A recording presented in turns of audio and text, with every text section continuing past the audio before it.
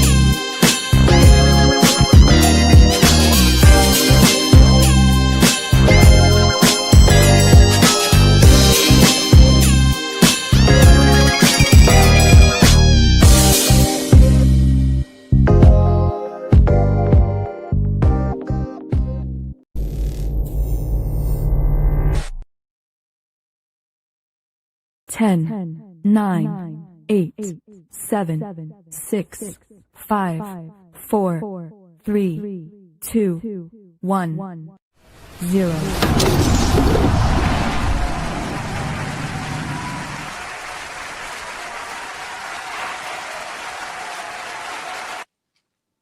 Gang in the building.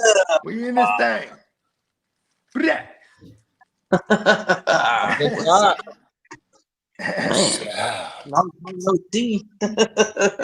I've been missing out all these games, and I'm like, Lee, so I talked to my girlfriend, and I'm like, Sundays, football season, and she looked at me and she said, okay, so I'm there, automatic, all day Sunday, no worries.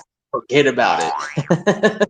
Sunday is reserved for most of those, right? They reserve it for God and football. There's some. It's all football. Yeah. Yeah. Okay? I get home and I It's go, like oh, football, they're on. all football. Oh. She's Let's like, you can go. go on. Okay, I can. You just gotta I'll tell put the your other hit half now. you're No emotionally one and later. mentally not I'll be available all for right. 7 hours. Well, you know what? By the grace of God, you have turned into another live edition of Away Your Game. Yes, and like my man the Catman said, we're almost to real meaningful Sunday football. We're like weeks away. I've been having fun watching preseason. Fuck. You know, it's interesting. I can tell you one thing. Then that Jets offensive line looks mighty good, man. I'm all about that. Fucking first rounder. He's not overly impressive, but the continuity now, just from tackle to tackle, the fucking I line think the looks coaching good. staff is the change. I think it's the coaching. No, it's everything, Lee. This is how an organization is supposed to be built. See, your Chargers, they're gonna still fall short, whereas the Jets are gonna get back into the finale. Ooh. Talk about it. See, I don't know who we're gonna beat, but let's make a bet. Let's make a bet. Bet a t-shirt. Let's go Jets. Jets. Hey, bet me a Peacock t-shirt. Come on. Who's gonna have a better record? Oh man. We'll Honestly, figure out a bet in Vegas. Uh-oh. Yeah, that'll be a perfect opportunity. Because I'd like to see what the Chargers' actual offense looks like. We haven't seen the whole team out there. Keenan Allen's an addition that we need to see on the field with the rest of the gang. I want to know what Keenan Allen's involvement's going to be. I'm kind of nervous a little bit about letting Donkey cut chairs. Okay, I thought about this. If this guy could stay on the field, we're going to see distribution around the field. That's for sure. In Georgia, Ladd played. He was the Z. Georgia. He was the Z over there.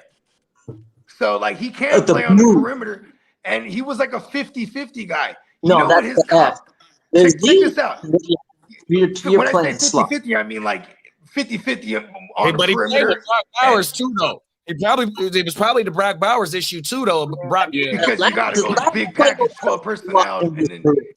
But okay, so now check this out. He played Z, right? And you know who his comp was coming out of college into the NFL, and this guy is a perfect example of what it can be if he's not going to be predominantly thought. Emmanuel Sanders. Remember Emmanuel Sanders? He was like a 50-50 guy. He's out. He's on the perimeter. He's in the slot. It's like, and he was everywhere. So that doesn't bode well for our dynasty shares. I mean, that was a model. And it also doesn't bode well for the fact that while they have a healthy running game, their passing pie is very small. Their passing pie is small. The other thing is though, like Lag gonna present bigger plays than what Keenan do. Keenan right now at his career, all he doing is extending. He's a slot guy. Right. I'm still though, we can get around that. I mean, we got Greg Roman. We've seen what the young bull commanded. 80 fucking receptions, bro, on 100+ targets. They do have a problem. Trey Harris is a concern. He's dropping balls, in camp, and it's a concern. It's because it's a different size and it has a different look because there's no stripe. The visual is different. And unless you repetitively do something over and over and over like Trey Harris has done in his college career, it's hard to break that look. So I guess the look, the feel, sometimes even Jamar Chase had it. Remember, they were saying like, he was dropping passes in practice. I remember that. I'm not too worried about that. That is a thing. Good fucking stripes make a big ass difference. So Yeah, I'm not. I feel like when they get acclimated, it's easier to catch this ball. Oh, yeah. Once they get acclimated. Yeah. It won't take too much time. Trey You know Harris. You know who's Johnson, difficult for it? It's the guys with the small ass hands, bro. they're Like all remember Will nice Fuller? little accessories. Will Fuller. Has, Hopefully, Laddie keeps his WR1 status, but I'm kind of nervous. Like I said, I've already put out the reasons why I'm a little bit nervous, but you know, we'll see. Maybe he isn't. Okay, let me ask you this. We got some of this that we'll touch on in the news. So spoiler alert, but are you nervous at all about Puka? Matthew Stafford. Yeah. Not being available. Yeah, he may not be available. It might be Jimmy G. Did you not like what you saw that Stetson didn't? Can he not actually get the backup job and a week one start? I was impressed. Yeah, I think Stetson Bennett I'm impressed. He might be able to work himself into it because he's going to have plenty of quarters to play in the preseason, and if he does look good, the Rams are in no position to fucking wait for a win. You know what Jimmy is the best at? Being a backup. He done won Super Bowls being one. So, like, yeah, is it out of the range of possibility that Sean McVay would go with Stetson Bennett if he's looking better than Jimmy in the event that they don't have Stafford? That's not going to surprise me. This is the same guy. The Rams won a Super Bowl. They know when it counts, we're gonna make the most. Do you remember? John the Wolford? We don't want a Jimmy G that can't fucking win a game. But if Stetson can go out there and be a young, if they put Jimmy G, it's gonna be all Kyron, bro. Yeah, that's intentional, right? With at least Stetson Bennett, you know that guy can take off, and all of a sudden you got two people on the field that can run with the ball. Jimmy's game is throwing between the hash marks, right? That's where his strength is, and like in the practice against Dallas, you know, the dual practices or whatever, the team practices, whatever they call it. It was team ones versus team ones. He was peppering the fuck out of Devontae Adams. These are just things I'm bringing up because I'm like, okay, I'm definitely taking the likes of Nico over a Puka. Excellent. I'm definitely taking the St. Browns over Puka because I was on that hype before that. I'm taking Puka over St. Brown. I'm taking St. Brown over him now. I don't know if I've got to BTJ over Puka, but if you want BTJ, you're gonna have to take him before Puka because people are going to do that. You know what I mean? Puka might be an ultimate value too because he's going to fall now. In our super flex drafts, he might fall to the second round more than like, or not might, he's going to fall to the second round. Very different. Very, very different from the way I felt like a couple months ago. But yeah, man, shit. Hold on real fast, we got Nelson in the building. He got a good fantasy question. What up, Nelson? He said, how we doing, guys? Quick question. When drafting PPR, do you all like going hero RB or zero RB? If you're going hero, he's got to be a pass catcher. Don't just go get a running back that's not catching the ball. Like, no offense to Derrick Henry if you're going to go hero, because the definition of hero to me in a PPR isn't just taking one good running back. If I'm going to take one early, it's going to be a Bijan or a Gibbs. Or even an Achane, and maybe if you're in the second round. CMC. What was that? CMC. There it is. Bong. I swear to God, I thought you said Samson. I was like, what? What's going on with him? Just because he doesn't. It's a Dumb and Dumber joke. So you're concerned with Derrick Henry because his lack of involvement in the passing game. Okay, right? I'm okay taking him for hero, but I'm just saying if it's the PPR. He hasn't had more than 350 carries since 2020, so he hasn't racked up a bunch of miles. You know what I mean? He also lost time. If he isn't involved in the passing game, and he's only toting the ball 340 times, you know. and he's liable to go from the other side He's of the built like a tank. I mean, he can. If anybody's gonna be able to absorb the He's your 300 Derrick Henry. rushing, man, that's a guy right there. Say you have the choices between CMC or Derrick Henry. Which way are you going in a redraft? Oh, Go ahead. the CMC because of the upside, man. And he's gonna catch the ball. 100%. But See, see, this is- talking about the but- touchdown, though, bro. 100%. We're banking on And CMC. He is fully. I'm pretty sure healthy. we're all say 20 McNuggets for Henry too, right? You know what I mean? Man, hey, look, I love what Henry percent. I love the like you keep saying the upside about CMC. But if you're gonna put the gun to my head right now, I'm gonna take Derrick Henry 100%. All day, every day. We was just security because no matter how successful Lamar has been as the quarterback, that team didn't get better until Derrick Henry arrived. And then now that they can rely on the running game to be the focal point of the offense and it not be Lamar, now you're seeing why he's won the MVP twice. I mean, it's not a coincidence. I think Derrick Henry makes that team better, therefore Lamar's better.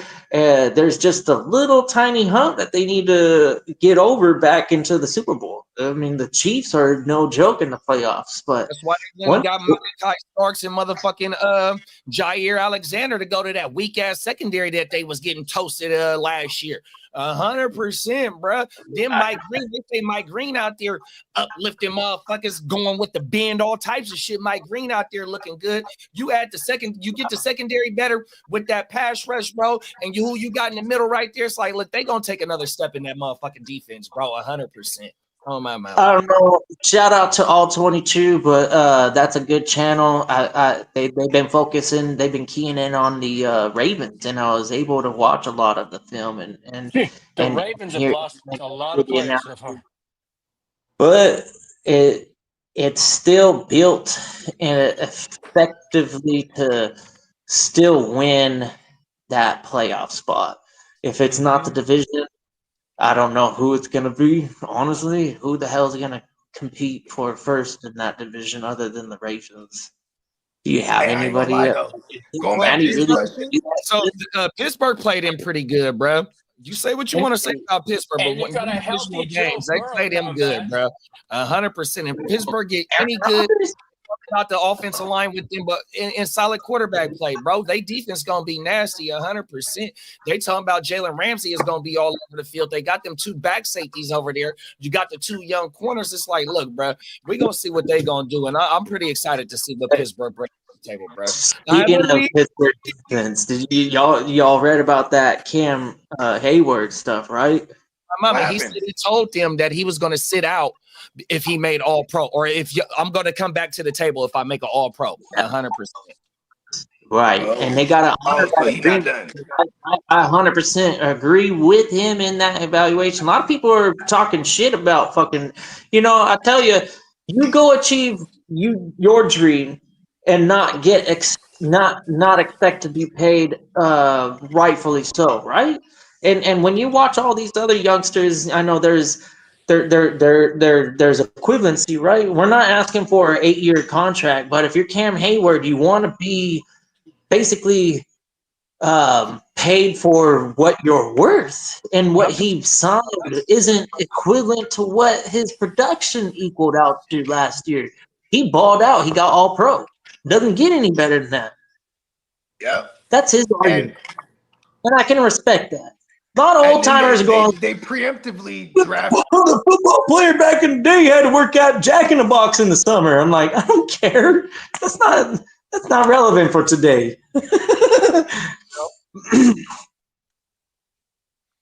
Them facts. Them Transition, hundreds. Oh my mama, you know what I mean? Wide receiver. They making 40 a season. You got left tackles getting 35 a season. You know what I mean? These motherfuckers is playing with some big chippers. 100%. Yeah, and for a second, all it would take is that second, that moment on the field with those grown-ass men playing this boys game, right? That's what they think it is. That's why they think that they shouldn't be paid bunch of money is because it's a game or whatever, right? But dude, this game is serious when you got these men out on the field. There's no way that they can logically play for any less than what they're making. The way that the league is set up, the way that they're making a huge profit and they're putting their lives out on the line, basically, because you seen DeMar Hamlin just a few years ago almost die. It's a serious business out there. That's why they're getting paid this money. There's a lot of people that wish they could do it, but they're the cream of the crop. That's why they got the job. 100%, big bro. And just to double back on that, the players, they're going through something with their old representative of the union, the head of the union. He's in emails and paperwork saying that he was conspiring not to give some of his players in his union what they deserve, bro. 100%. So when you see motherfuckers talking about, like you just said, Hayward, look, he said, yeah, I just signed last year, but I told them if I make an all-pro, I'm coming right back to the table, bro. I'm 35, 36 years old. I done been here my whole career, and I done made an all-pro at $40 million. Come on now. Oh, everything. And he's been a franchise staple. Like they didn't do well without Cam Hayward. He's carried that fucking defense for probably a decade, really. With his captain status, you go back and you talk to anybody that's been around that organization for a long time. That's their guy. 100%. It's like I know some of these NFL teams, they do move on from their legacy players, but I'd be damned to see if he actually goes somewhere else. That just doesn't. I can't imagine it at this point. Like you said, he's 35, 36. He ain't playing for no other team.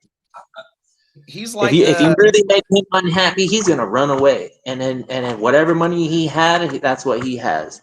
So you better tread lightly because he's still super valuable for your team, especially if you're trying to go to the playoffs and you want to win.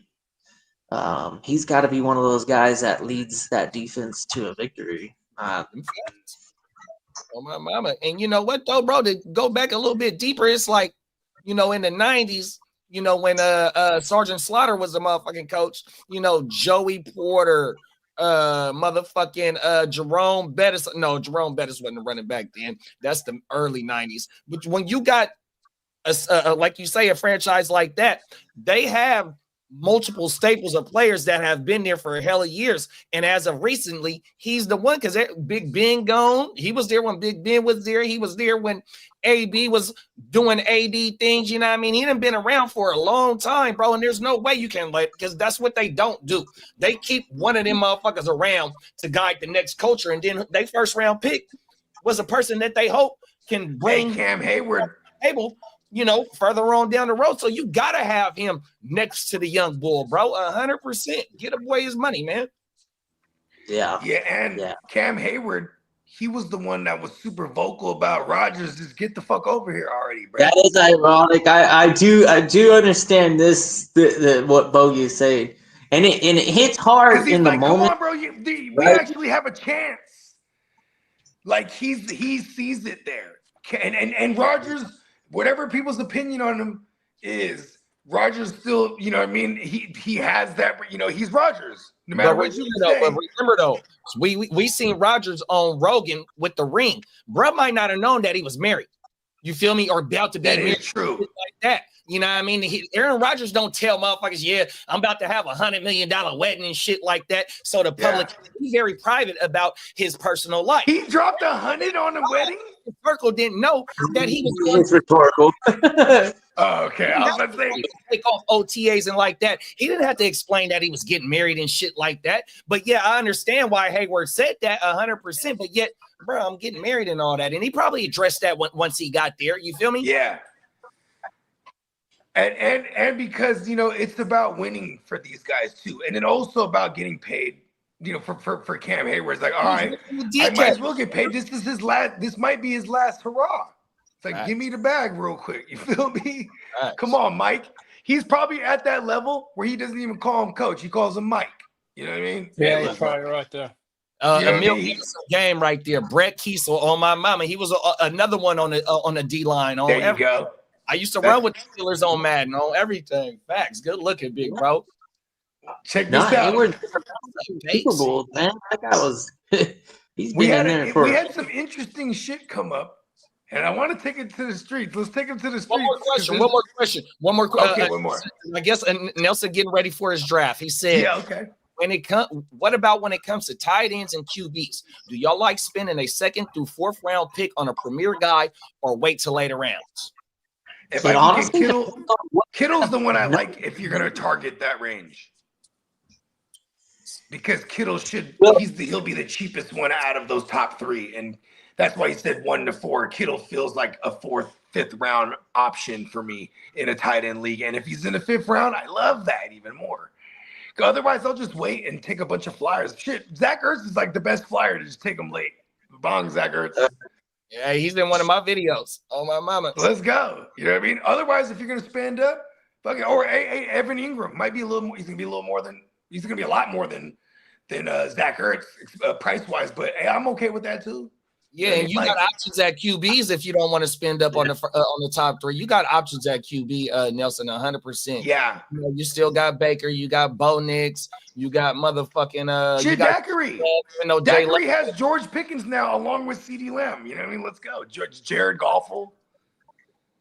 You know, It depends on how you value some of these late round wide receivers too, because on the other flip side of it is if you do grab, if you're able to grab a top 3 quarterback or top 3 tight end, we'll say there's probably 2 or 3 more quarterbacks that I value equally.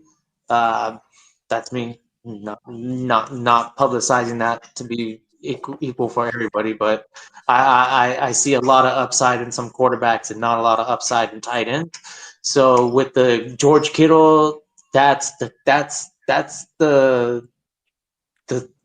point where if he's on the board and the other 2 are gone, and you don't think that he's gonna fall to you, that's when you got everybody's concerned with grabbing at value, right?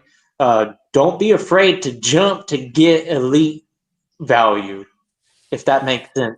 Because even though you're going to wait to get back to your spot and you might not have that solid wide receiver that you're hoping for, you did get Kittle, right? And that's good, especially in a league that has a tight end position.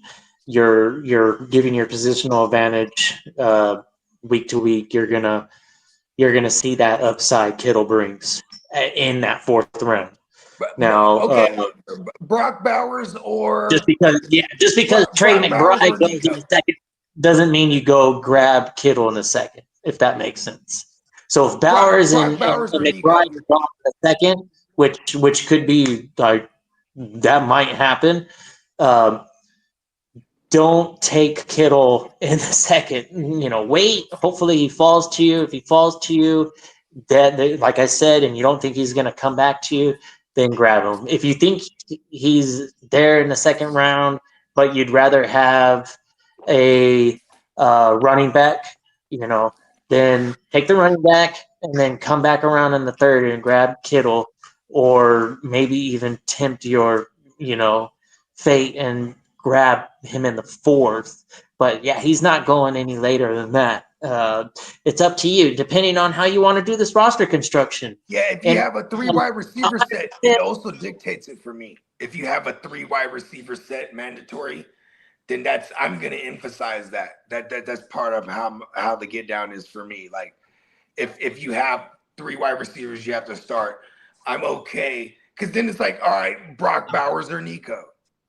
Going to the wide receivers. If you're starting Brock Bowers or London, then I'm cutting. Then I'm cutting the options you're gonna be. I'm looking for value somewhere else. Yeah, it depends on your league build. Like Bogey was saying, if you're in a 3 wide receiver set, you're emphasizing You're emphasizing those 3 wide receivers. You want those 3 wide receivers to kick everybody else's 3 wide receivers' butt. So if you can get that, then great. Tight ends, they're you know, they're a nice positional advantage, but when you add that extra wide receiver slot and you have flexes, oh yeah, wide receivers are so valuable. Not passing them up. There it is right there. Yeah. I mean, you can do the hero RB and then just kind of like fucking Pound the as many receivers wide for receivers as you can until you're going like, man, I like this. And then as soon as you say I like it, then start to do roster construction. But points matter. You're gonna and you're filling in those flex spots that they're just as good as wide receiver one. You know, don't worry about what it is. You know, I'm gonna put my wide receiver one in the flex spot almost on a weekly basis, just if I because have that they many. Sunday night or Monday night or Sunday afternoon. I don't care. That's how I construct my roster. So. Yeah, granted, he's going to score the most points on my team, but that's not what I'm worried about. I want wide receivers in a wide receiver needy league. There it is. We got Ron in the house. What you do? Yeah. What's up? What's up? What it do, Ron? I finna tell y'all a little secret. Lad McConkey will be a top 5 wide receiver this season. I get concerned about Even with the news passing that the volume. line got weaker, The passing they potentially lost a starting tackle for Maybe the ball like gets out quicker and it favors them then to help Ron's case here, right? Lad McConkey to do everything that the top wide receivers in the game to do. He to do everything. I'm a Georgia fan. I've seen it. Mm-hmm. Yeah, he played What? Z over there. Huh? He played the Z over there. He did play yeah, whatever. wasn't Downs the real playmaker though? Here's the thing, though. If it Big wasn't Brock, it was the lad. You feel me? 100%. It was Yeah, that's super usually how concentrated. It was super not like concentrated over there. like 4 elite options, but I think the pecking order was the tight end and then Lad. It'll be 50-50. Lad Yeah. had his game, Brock Bowers had his games. So 50-50. I seen both of them. I'm a Georgia fan. Right. And All right. I'm finna tell y'all another secret. Brock Bowers different. You cannot put no linebacker on Brock Bowers. You cannot put no safety on Brock Bowers. You got to take him out of the game. And 9 times 10, You gotta jump him. right? 9 times 10, he will not be taken out of the game. He different. Brock Bowers are old school tight end that will run you over and say hi So to he's like your Kittle. in the stand. Yes, He's the next Kittle. yes, he He's him. like juiced up Kittle for real. He him. Like the kids say today, he is him. That Brock Timothy Bowers, Jones. huh? Timothy Jones. Ooh. Timothy Chalamet.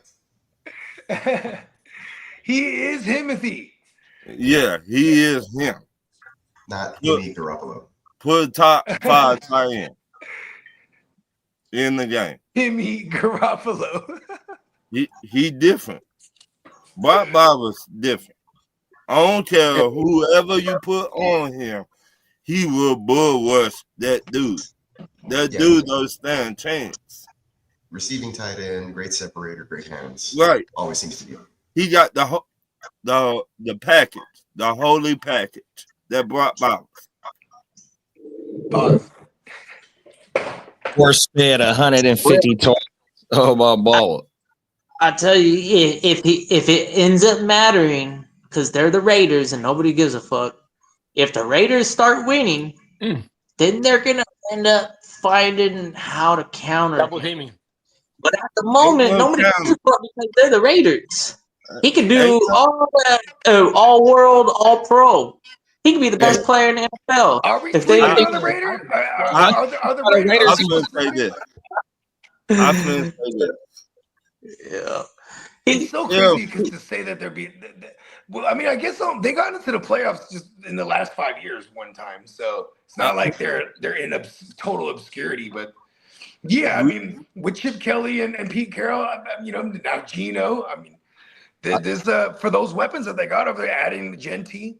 So the thing with the weapons is that my thing is that's why they invested in Deontay Thornton. You still got Trey Tucker over there with blazing track speed.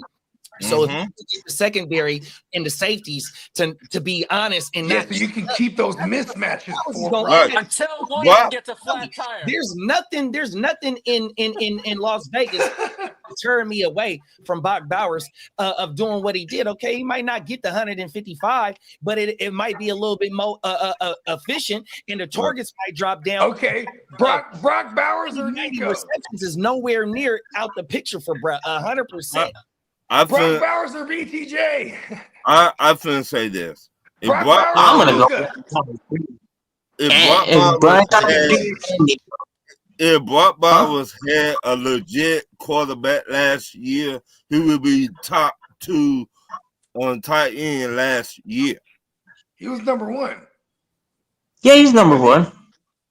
But the problem with his number 1 is, to me, I feel like McBride, if they figured it out earlier, McBride would have been able to get that tight end number 1 overall. Whatever, it doesn't matter. They're both really options.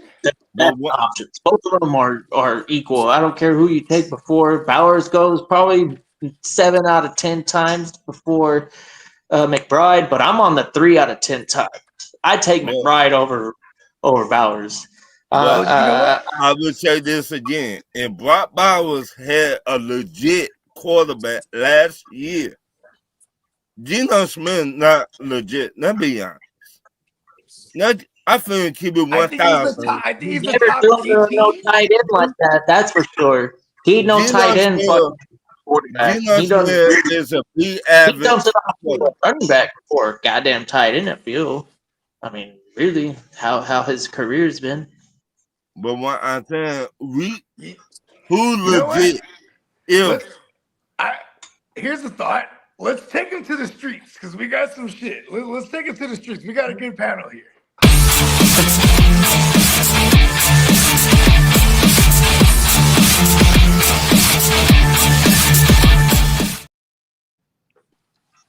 What's up? There it is. Okay, Lee. It's Tuesday, motherfucker. Let's go. Same city fucking town. Let's fucking go. Woo. I like that energy, Lee. Oh, man. All right, Lee. To burn up. I got a week to get this motherfucking energy up. Going. Yeah, hey Lee. Hey, before you start the streets, we got a news article or a news item. It's the Diamond Joe special right here. I want to throw this out here real quick. Ready. So apparently, right? Shedeur Sanders, the main reason he fell in the draft is because he's the first in history to have an NFL/NIL deal.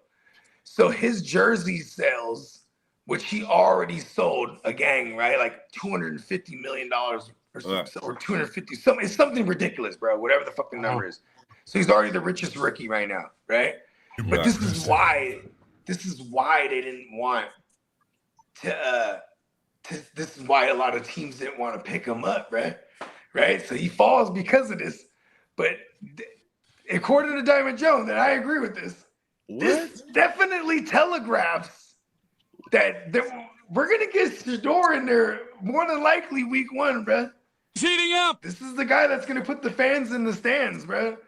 And then with someone like Stefanski, you're gonna go mediocre with Wacko Flacco for as long as you can until you're out of it. Then you put in Shedeur, and then you lose your job.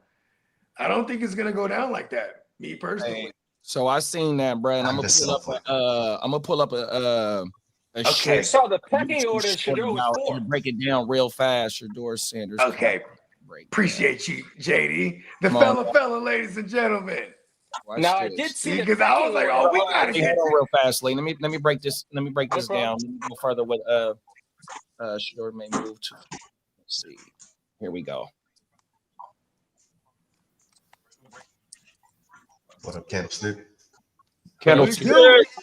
Future clause has bro. debate. Can y'all hear that shit? Redefine a rookie contract. The clause is seen as a groundbreaking move, potentially Let me- how you pull it up? reshaping how athletes negotiate their contracts in the future. The clause has some discussion and debate within the NFL. Oh, wait, my bad. Is it sharing? Yeah, it is. There you go.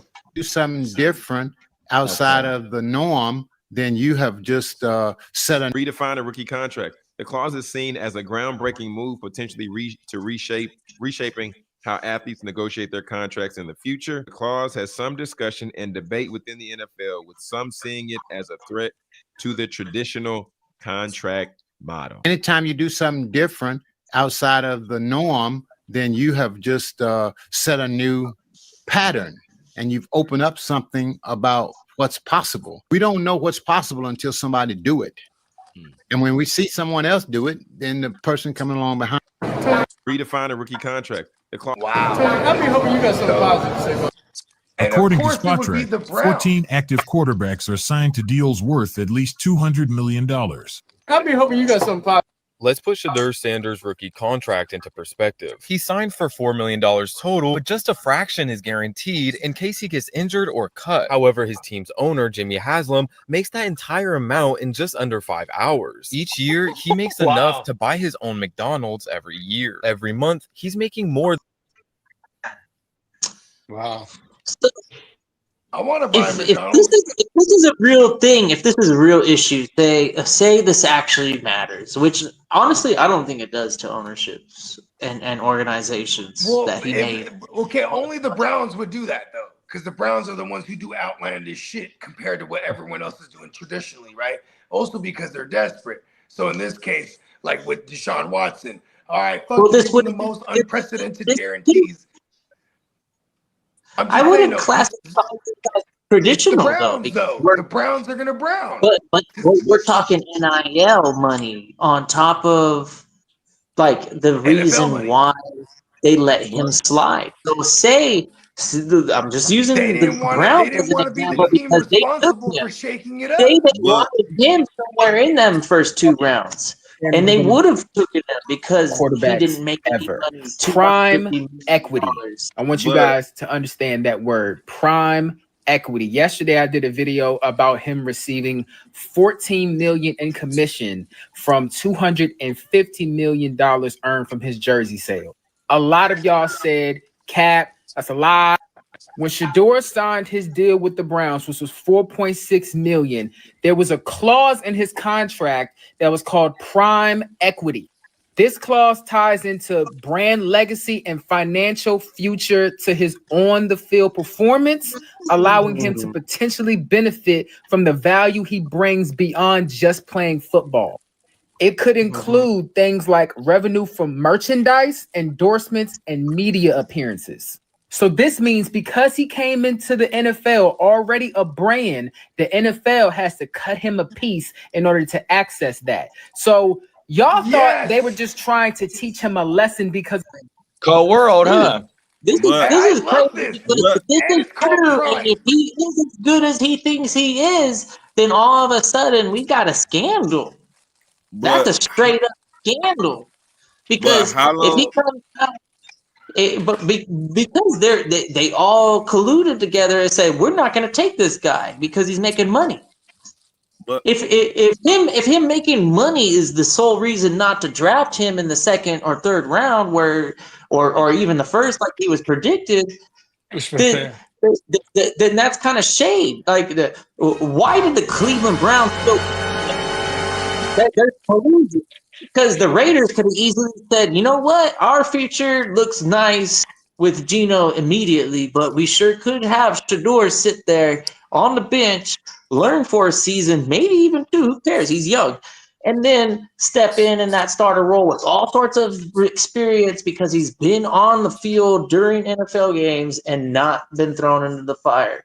And Bogey said it last episode, where it's like, like that. That's probably the best way for a rookie sometimes is to sit there and watch how it all unfolds, and then jump into it full steam ahead on an off-season training program. But how long the Browns been looking for a quarterback or face of their franchise? What? They took Dylan Gabriel for what? Come on. So if I'm the head coach of the Browns and this young man doing his thing that he did in preseason, he showed the fuck out. What we talking about here? He should be the starter. Fuck Joe. Right? So far, what we've seen in reality is that Shador gives them possibly the best chance to win week 1. Best chance to take the team to the playoffs. I mean, still my foot. But I still it's a wait and see to see what the running game is like. But but my for him on it is though, like, right. So first round draft picks, their contracts are slotted, and then everything else falls in line.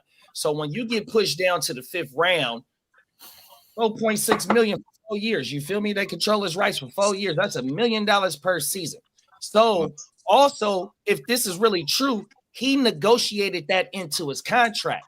Now, every other team might not want to deal with that. You feel me? 100%. So when a contract is being signed, we both got to come to agreement. You feel me? And so the Browns agreed, okay, well, you're going to get we'll agree to this. But yet, you a $4.6 million 5th round quarterback, you ain't finna make too much money. But there it is there. He then bubbled off $14 million in 4 months just off number 12 jerseys. Right. Then when we seen him get on the field, it's like the moment ain't too big for him, even though he's endorsements. I mean, if you look. And then one more thing, like if Brett came out and said, "Oh, it wasn't my decision to draft him, even though he was a 5th round pick," it's like, look, he gonna make a way to get on that motherfucking field and show them dudes that he should be the starting quarterback. Like, right. I agree with you, bro. No, if you look at it, you got Joe. He will give you 5 games, but right, 5 games. Yeah, as an underdog though, you can't wait. Like that's how underdog status works. First is that you come up and then you make a case for yourself early on.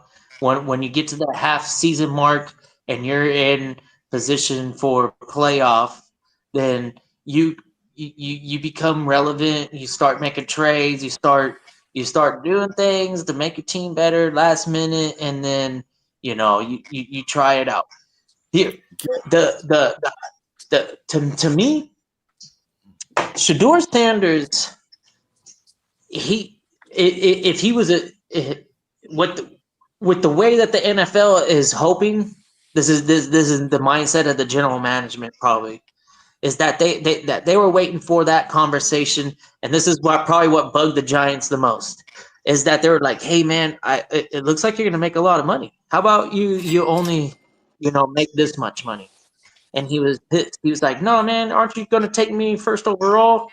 And they're like, or 2nd overall? They're like, nah, man, I ain't going to do that. We got too many other holes. But we want you to play because the rest of the NFL, for some reason, they blacklisted you. And we know it. But the Giants, the Titans, anybody that was interested in the quarterback, they all knew about Shador, and they all probably had him on the top 3, top 5 at minimum, right? So they all thought about him. They considered him relevant. In the beginning, I think it was a lot of noise about the father, but Dion, I don't think he's truly like that. That doesn't matter. Right. We're not talking about Dion. Dion is Dion. We're talking about Shador's playing football. That extra noise about Dion, I think that was just extra. In my opinion, all the teams that pass over him, you need to be kicking your own ass right now. The Giants, New Orleans, y'all need to be kicking your own ass right now. You know what I else? don't give a fuck. That young man got talent. That young man did not have no offensive line in college. In I don't know college. about that. I think each team fills their own teams for their needs. You know, Who- they got Jackson Dart. You know, they think he was the Who chief was finisher. blocking? Okay, name somebody on his offensive line in college that was legit. I would wait. As for Sanders, I can't. I'm not that good. I don't follow college like some of y'all do. So I'm on first one of them. So that's what I'm saying. This young man did not have nobody on that offensive line that was doing their job. He played against the starters in the first couple of drives, big bro. He sure in the hell did, Allen. Oh, everything. So it go back to what I'm saying. This man did not have no offensive line that was given there in college. With the Browns, no offense. And we what got he got? The also, offensive look line. at it, with the owners, right? That's why they have a collective bargaining agreement, the CBA, right? The players, they want more revenue because it's a $15 billion annual business. You feel me? The owners ain't giving into that shit. But if the players want more revenue, they got to give up more rights. You feel me? So when you got a young brother that's coming into this game, that's like, look, bro, I'm finna get a piece of this pot. Off my jersey sales and my name, image, and likeness, 100%. He come into the game balling, 100%. We seen he pulling up in Rolls Royces off his own name, image, and likeness because he wanted them dudes where he come from, 100%. Oh, my mama, it's like, look, bro, he come in forward thinking about trying to get something out the NFL because you know the NFL ain't trying to pay nobody. Look how they running backs, 100%, bro. They got to fight for every damn dollar, bro. I'm with you on that.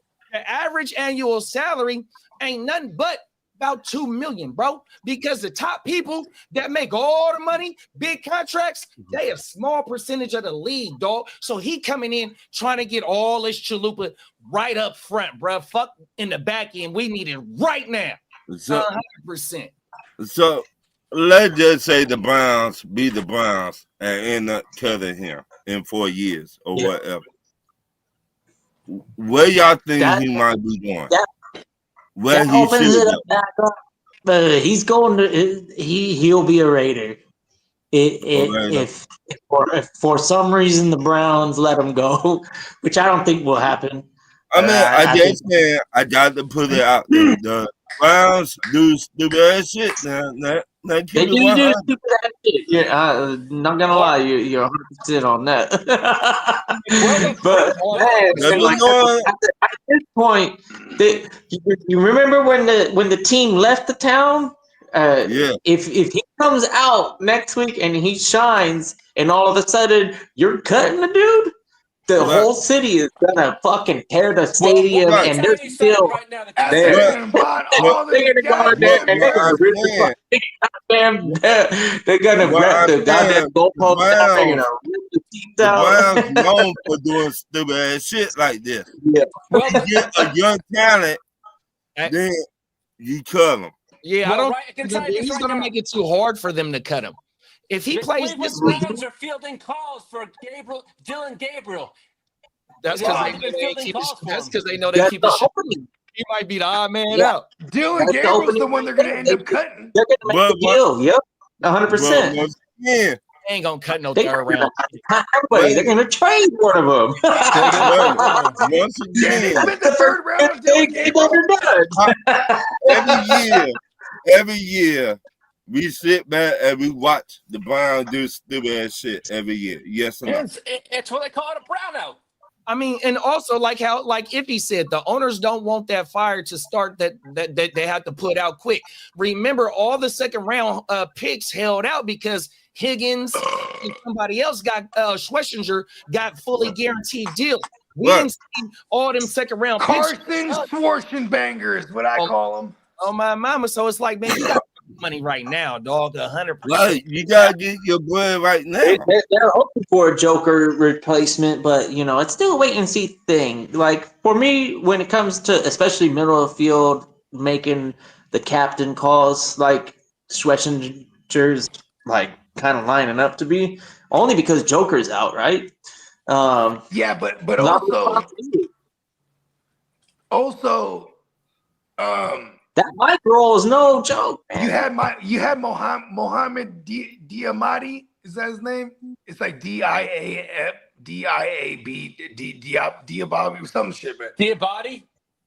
There it is. That guy, he took over for the JOK because from my understanding, Carson Schwarzenegger, he's more of like an off the ball linebacker, right? You know what I mean? Yeah, you're the Mike. Yeah, he's Schwartz. Yeah, he's the Mike. Exactly. Joker. Okay, so you think he'll take over the JOK role? Actually, 100%. I like it. Out the gate, they're going to get rings out even. Just because they need him in the middle of the field.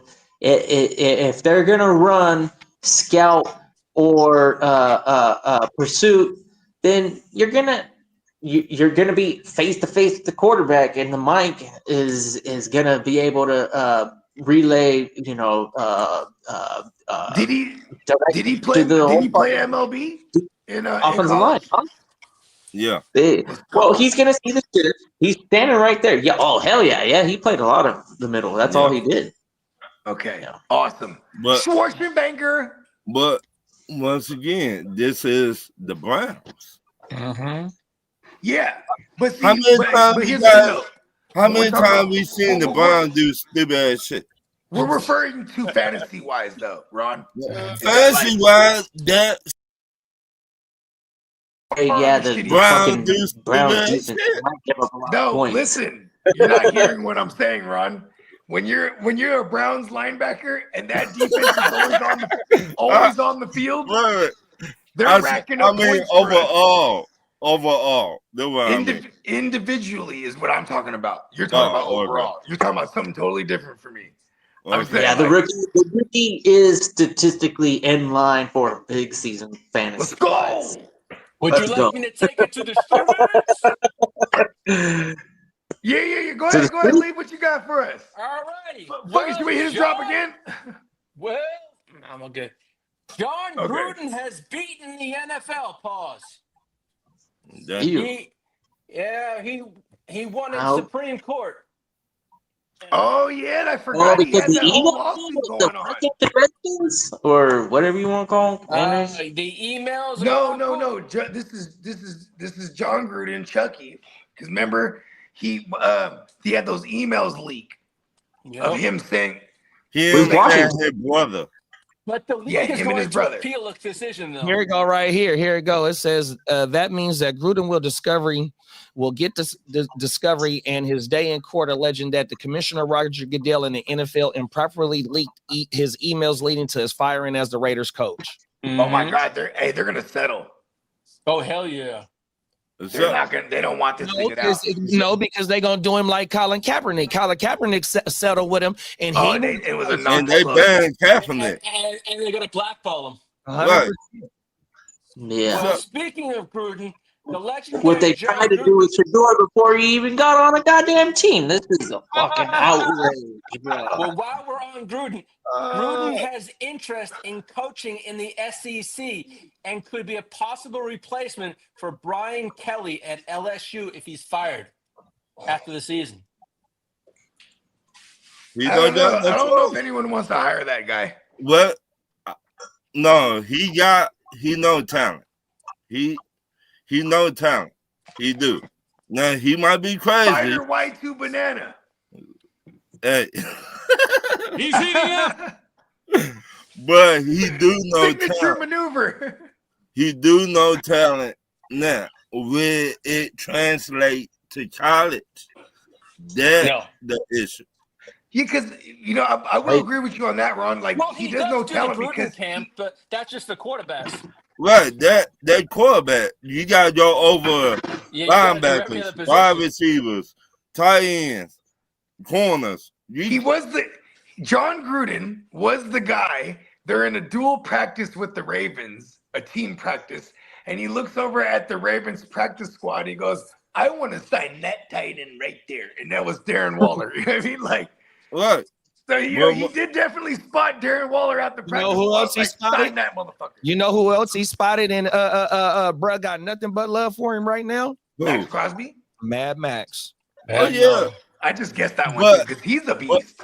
But those two They dudes, took Colin Farrell or whatever his name. Oh, Colin Farrell's the actor. What was the guy's name? Clinton Farrell. Yeah, they took him in the first round, and they took Max Crosby way later. but the difference in college is not a lot of superstars in college. You see what I'm saying? When you're in college, now you're talking to parents for real too, and you're watching kids like coming out. You're talking to scouts that are watching high school kids that are you know, like, for their freshmen, and you're watching them all the way up to their seniors and bringing them in. So can he get that every Saturday? Hey, Allen said, you say Shador played Carolina starters the first two drives. Well, the first drive was 3 and out, and they scored 0 on Don't second you worry. drive through 0 yards, 2 drives, 0.0 passing yards. And he said those were Shador's stats versus the Carolina defensive starters. All his yards, team points came versus backups and people that won't make the team. And Carolina didn't even start 100% of their starters. Bro wasn't even getting first team reps too as well. His first NFL type style of play, bro. And he looked all right out there, bro. He wasn't even getting first team reps. It took, what are you talking about here? And Dylan Gabriel to go sit down for him to start even getting real reps. What are you talking about, bro? What you see people like this? How many times did you watch Peyton go a whole half of football with like goddamn horrible stats? Every fucking Tom Brady, everybody, you name them, they've had. We're on to Cincinnati. Come on. Remember the we're on to Cincinnati game? Like Dave said, it's the principle that the guy showed out and played football, and it looked okay. It looked good, and even at times. And then the rest of the Bones look way better than him. Tell me how good the rest of the team looks. Bones plays better than Shador.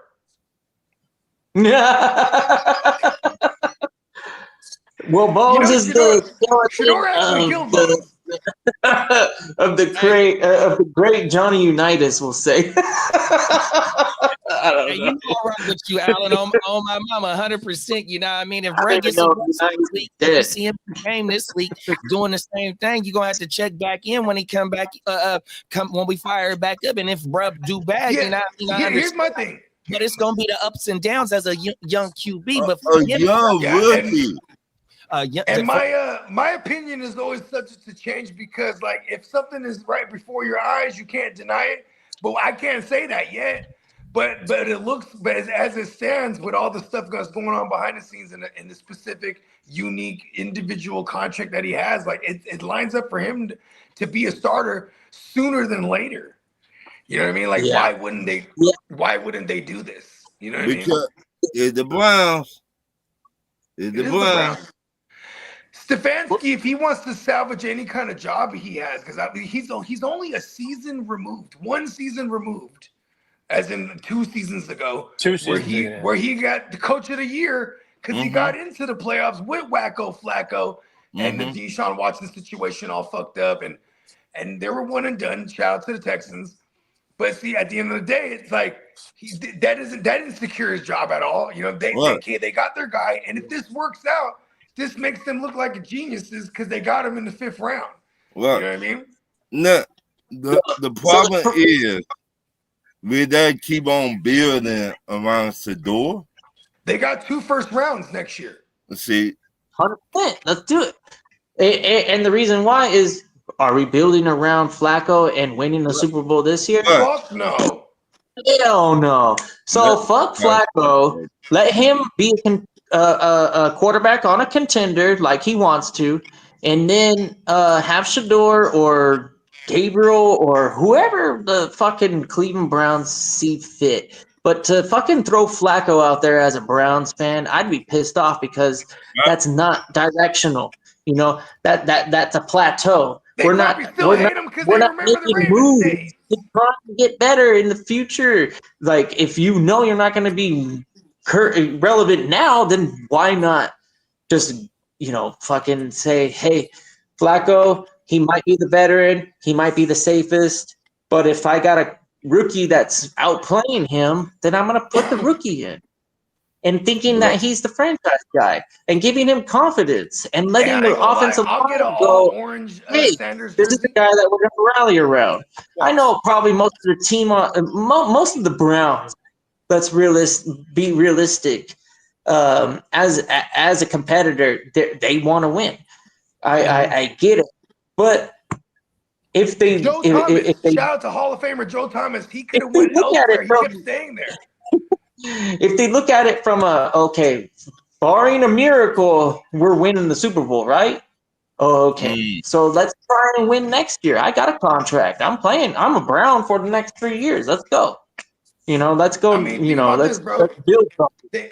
They got Fedor good talent all up and down that defense.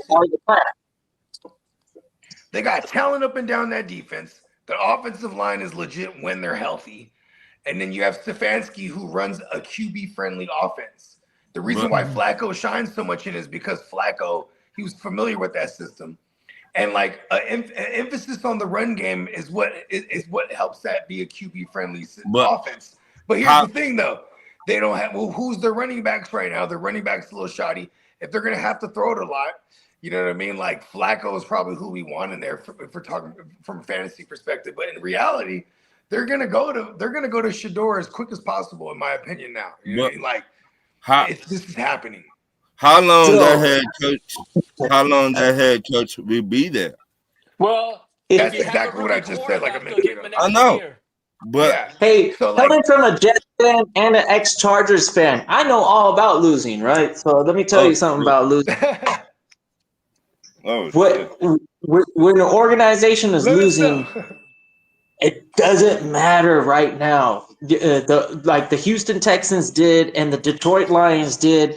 You do horrible, fine, but you build it up and you get young players. You get CJ Stroud or you trade a old quarterback for a young quarterback, and then say, hey, I got a quarterback, so let me get young everywhere else. And both the Rams and the Lions improved in that trade. That's just one example, but the fucking Texans, the way that they rebuilt their organization, the Vikings, it's a wait and see with the JJ McCarthy, but maybe they finally make a next step. JJ McCarthy is a better quarterback than Kirk Cousins because Kirk Cousins always been mediocre. Maybe JJ McCarthy's the next guy. The point of it is letting go of the old guys and sticking with the young ones and letting everybody kind of like, you know, improve together, not stay stagnant. Let me ask you the Browns do Brown things, right? Yeah, they always for the years. The Dookie stick. For 40 years, the Browns do Brown shit. That's the problem. The Browns do Brown shit, yes. That's the problem. You get the wrong people in the front office that think they know everything and don't know shit. Oh, they know some shit. Brown shit. Yeah. I know what doesn't work. Well, you got to have the right what else have we got?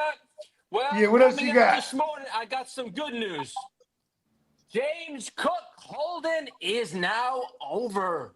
They signed him. No, he's back to practice, or is he signed? Yeah, he's back to practice, and there's going to be a contract in the next few days. They did.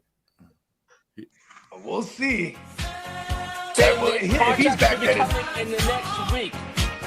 What do you think? You know, it's going to be funny if he made all this hoopla just to get $11 million a year, because like it's really about the guarantees for those running backs. He's not going to get 11. He's not going to get 11.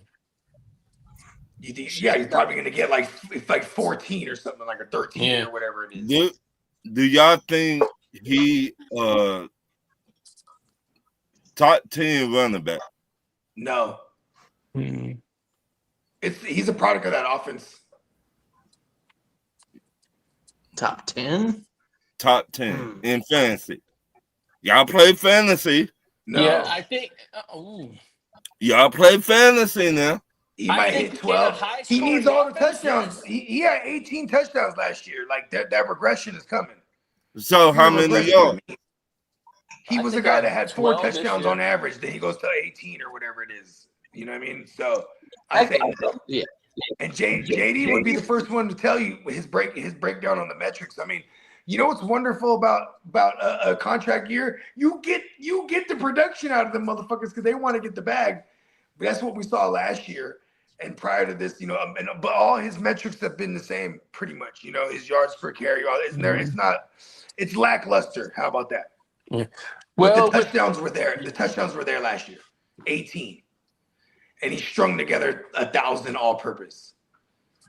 I don't think he's the top 10 consistently. Ooh. Well, he had more yards on the ground in 2023, and then he had more air yards in 2023. He had more Air touchdowns yards or receiving yards. So okay, now let me say this. You mean receiving yards?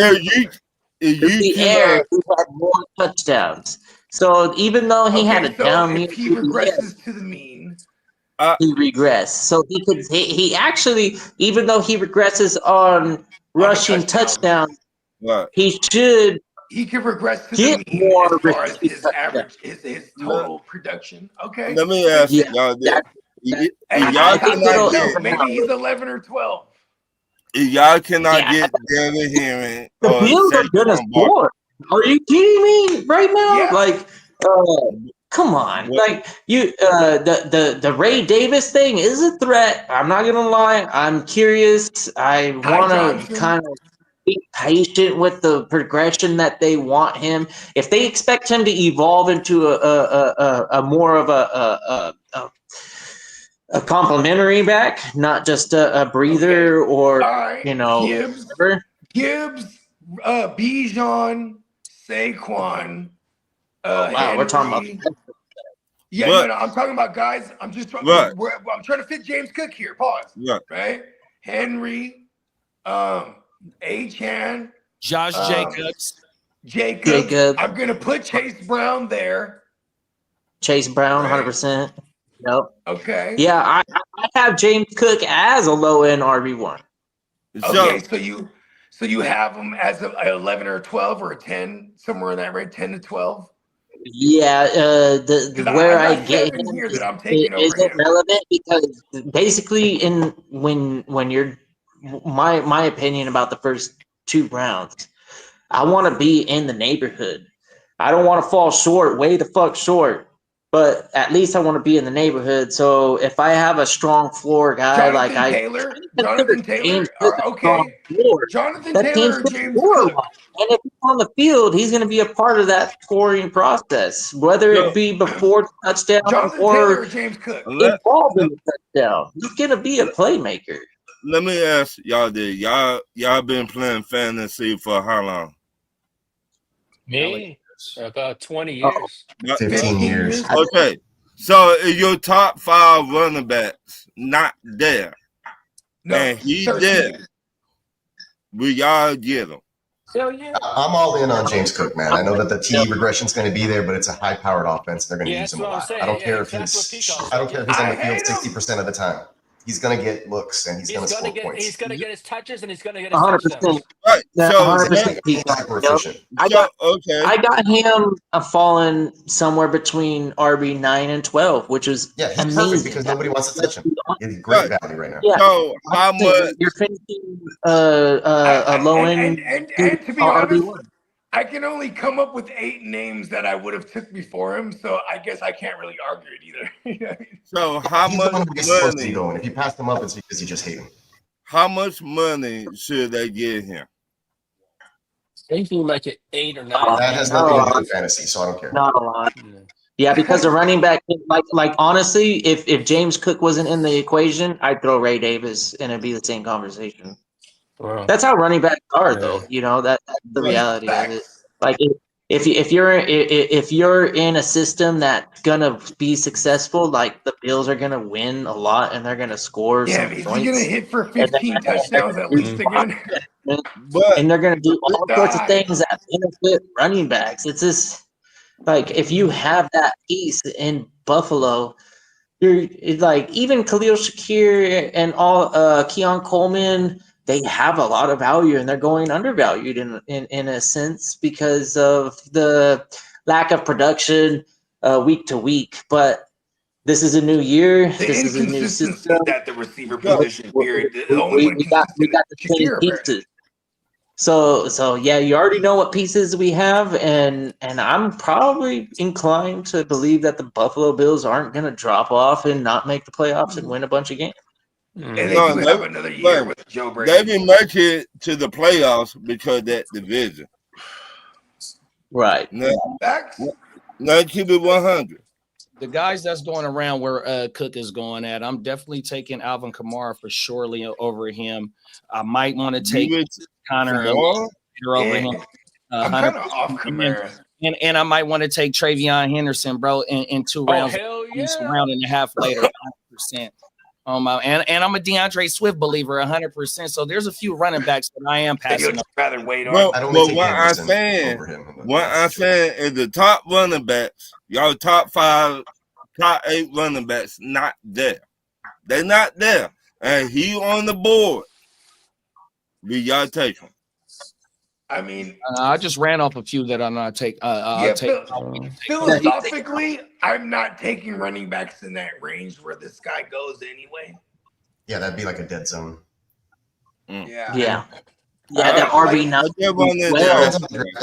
Like I'm viewing the receivers there. Are really like they're enticing to fucking absolutely go with the wide receivers. Like I said. Usually 3 wide receiver sets. You're drafting fucking probably 5 wide receivers in the first 7 rounds. It's settled. James Cook is officially on my I'm okay being wrong about list. All right, I'm okay being wrong about James Cook. People close to the situation believe that the Jets could move running back Breece Hall by the trade deadline and move forward with running backs Braylon Allen and Isaiah Davis. Yeah, but see, here's the thing about that statement. Of course they can before the trade deadline, because if a good team, a contender's running back goes down on them, they'll go ahead and consider that. You know what I mean? I don't think they do it's somebody you could buy on a Braylon the rest of his deal. And Isaiah ain't gonna get the job done. Mm-hmm. The two of them tandem without Breece, that I don't think they're getting the job done. Which, as skeptical as y'all might think it is, the Jets, they're not far away from being a playoff contender. The fact that we got Justin Fields last couple years. We got a quarterback that we can basically scheme, right? If he can stay healthy and not turn the ball over, which he's gotten better every year. In fact, every single important stat for quarterbacks in his career, he's gotten progressively better. And it hasn't been maybe the first round talent that he was drafted at, but the case for him is that every system, every year has been a new coordinator. I do want to say something about just a new fucking this and that. It's never been consistent. It's never been a ripe opportunity for a young quarterback to learn how to be successful. But he's talented. We know that. We've seen him run all over the place. That motherfucker can run. Very talented, like you just said. Not keep it 100. Chicago was a dumpster fire. Yes or no? Chicago did not know they left hand from their right hand. So how you know put somebody in the fire and you don't got no offensive line? You don't got no running backs. You don't got no tight end. You don't got no they had like 30 tight ends. My bad. So Of course, he gonna look bad. You got the wrong head coach and the wrong GM in the front office. Yeah, I pray the guy got to do right by Justin Fields. Yeah. Well, I've always been a fan. I'm rooting for him. Of course, it's the quarterback of my team, and shout out to Diamond Joe, man. He's got a lot of good points right there. What's not to like about Fedora's stat line? I know, like, the argument, I guess, for him was that he didn't face the best players because he wasn't even on the field. I mean, like, the facts are that he still managed 2 touchdowns and didn't turn the ball over.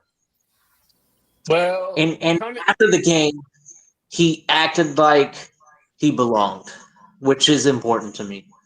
No matter how cocky he might come off to you, to me, that probably more renders to confidence because he's been doing this at a high level, regardless of the Colorado State and the team before Colorado. Forgive me for not remembering what that team was. I know it wasn't anything special, but that was the whole purpose of they wanted to go into the they being that family wanted to turn organizations around for the better. And that was probably their best opportunities, to be honest, especially for Deion to get into coaching, is to go into an organization that has no real, plan, no path forward.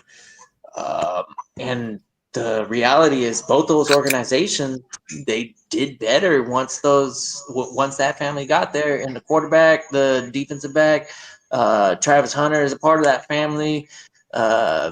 Deion coaching, and then his staff, they bring a culture, and that's a thing in teams. The Texans is a great example of culture. That team is not going anywhere, right? They're we kind had of like no culture for like 4 years. Yeah, because of their culture. So it goes a long way. And if Shedeur comes off to you as cocky, I bet you in the locker room and on the field, they're all pros. Nobody's balls hang lower than the other ones unless you're an uber veteran and you know that this guy is the guy, But in the world of playing on an NFL team, I think everybody is respecting each other and knows that it took a lot to be there. What they know that. They saying he cocky. They saying this, and they say that they had Johnny Manziel there. Right. They had Johnny there. Right. Johnny. Yes or no? Johnny was in a bad.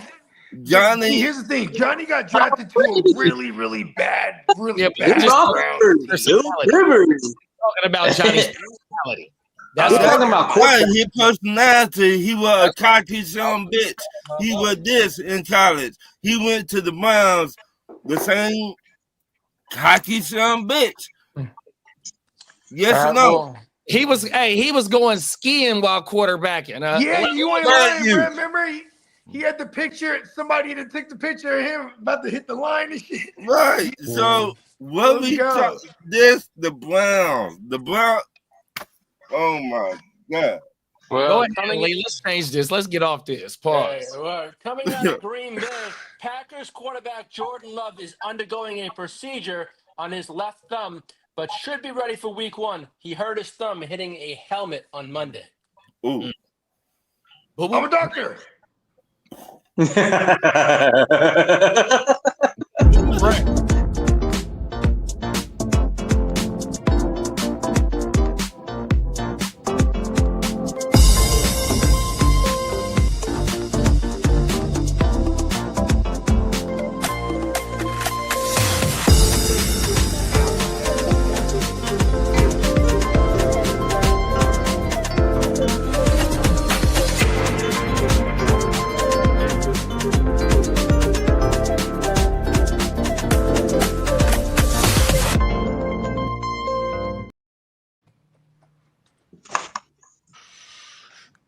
Yeah.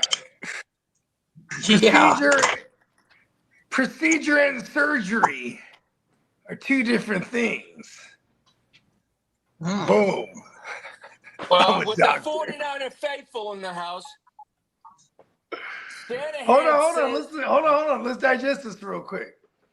Josh Jacobs to the moon, baby. That's a fact. If there's anything going on with Jordan Love at all, bro, it's just more Jordan. It's just more Josh Jacobs. Bro. More Josh Jacobs, yeah. It's his left thumb, so at least it's not the throwing hand. Not the throwing hand, yeah. Ouch. You remember when? Remember who had all the fucked up hands on the left hand the other year? Russell Wilson. Oh no, that Wasn't it Justin Herbert? That was, yeah. I knew No, exactly. it was Joe Burrow had the wrist. Yeah, but like I remember Justin Herbert. I remember him saying it was just taking the snap every time. Yeah, it was two years ago. He had it. Yeah, that was There 2 it was. years ago. 2 I was gonna years say ago. with the left hand, it just probably it's a pain tolerance with taking snaps under center. Yeah. Well, Kyle Shanahan says week 6 is a return for Brandon Ayuk's a week 6 return for Brandon Ayuk. I feel like that's even a lie too. Hey, you ain't lying, Wise man. The chat on fire right now. Dylon. Well, also, we were speaking about. Go ahead, yeah, shout out to everybody in the chat, man. We were speaking about Matthew Stafford earlier. Sean McVay from Matthew Stafford, his back has not been discussed just yet. Say that again. Having a good chance. Sean McVay says surgery for Matthew Stafford's back has not been discussed just yet. Yeah, we better not be talking about that shit. Put that on hold. Wait till the off season. What? I don't like bad news, Lee. Hey, I'm just delivering the news. Hey, I was gonna say it earlier, but I didn't get to. In reality, I love it. Fuck the Rams, but I'm like, oh, my fantasy pieces. Oh man, you're gonna make us all go out and get Stetson Bennett all of a sudden. I ain't getting. I don't know. It might be Himmy Garoppolo. Well, Mike Tomlin admitted to knowing that Aaron Rodgers was coming to the Steelers prior to the NFL draft. I mean, they might have had some scotch. They, you know what I mean?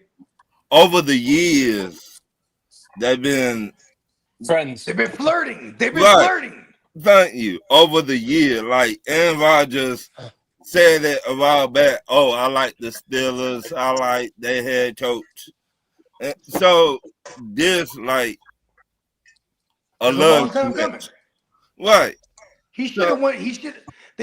What was fucked up is they were fucking around with Kenny Pickett during that time when Aaron Rodgers was talking about trying to get out of Green Bay. Right. And that was the rumor. That was the rumor then, but they're like, no, we're gonna seed out with our first round pick. Right. We saw that worked out. They ended up with Justin Fields and goddamn Russ. Right. And you know what I mean? It was like over the year they've been, oh, I like this, I like Aaron Rodgers, blah, blah, blah, blah. Okay, you got the old fart now. You got him. So we're finna see what Aaron Rodgers you gonna get. Aaron Rodgers still got it, bro. I swear when to God, you get the Aaron Rodgers that put up 28 points or 27 points a game, or will you get?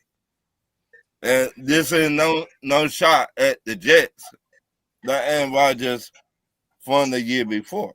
You know what showed me with the Aaron Rodgers last year with the Jets though, that he could still sling it. Yeah. He was a little inaccurate down the field, but pressure was coming. But Father Times already catch up, but he was still slinging it, bro. He put up some numbers.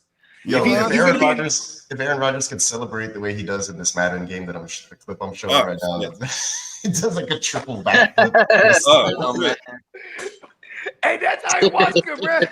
Ayahuasca, it allows you to do backflip somersaults, bro. Yeah, he didn't play good for us because he's not good. That's why. Damn.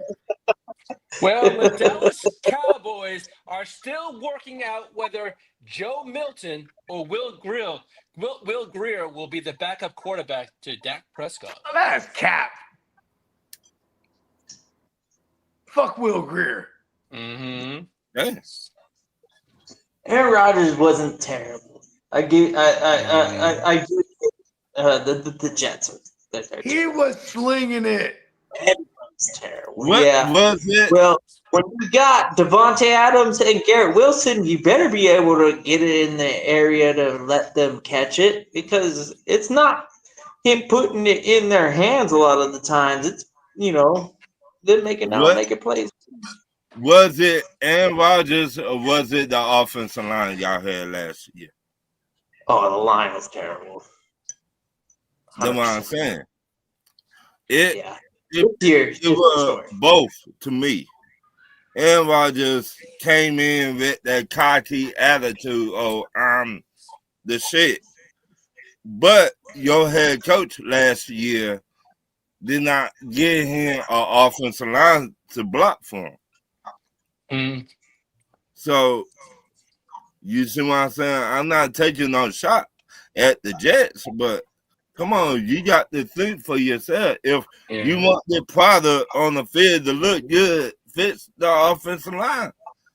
Offensive line, they've been investing into the offensive line more than any other position. And it's kind of come together to the point where now that we have a system in place with the quarterback that is at least versatile, right? With Aaron Rodgers, you literally had to give him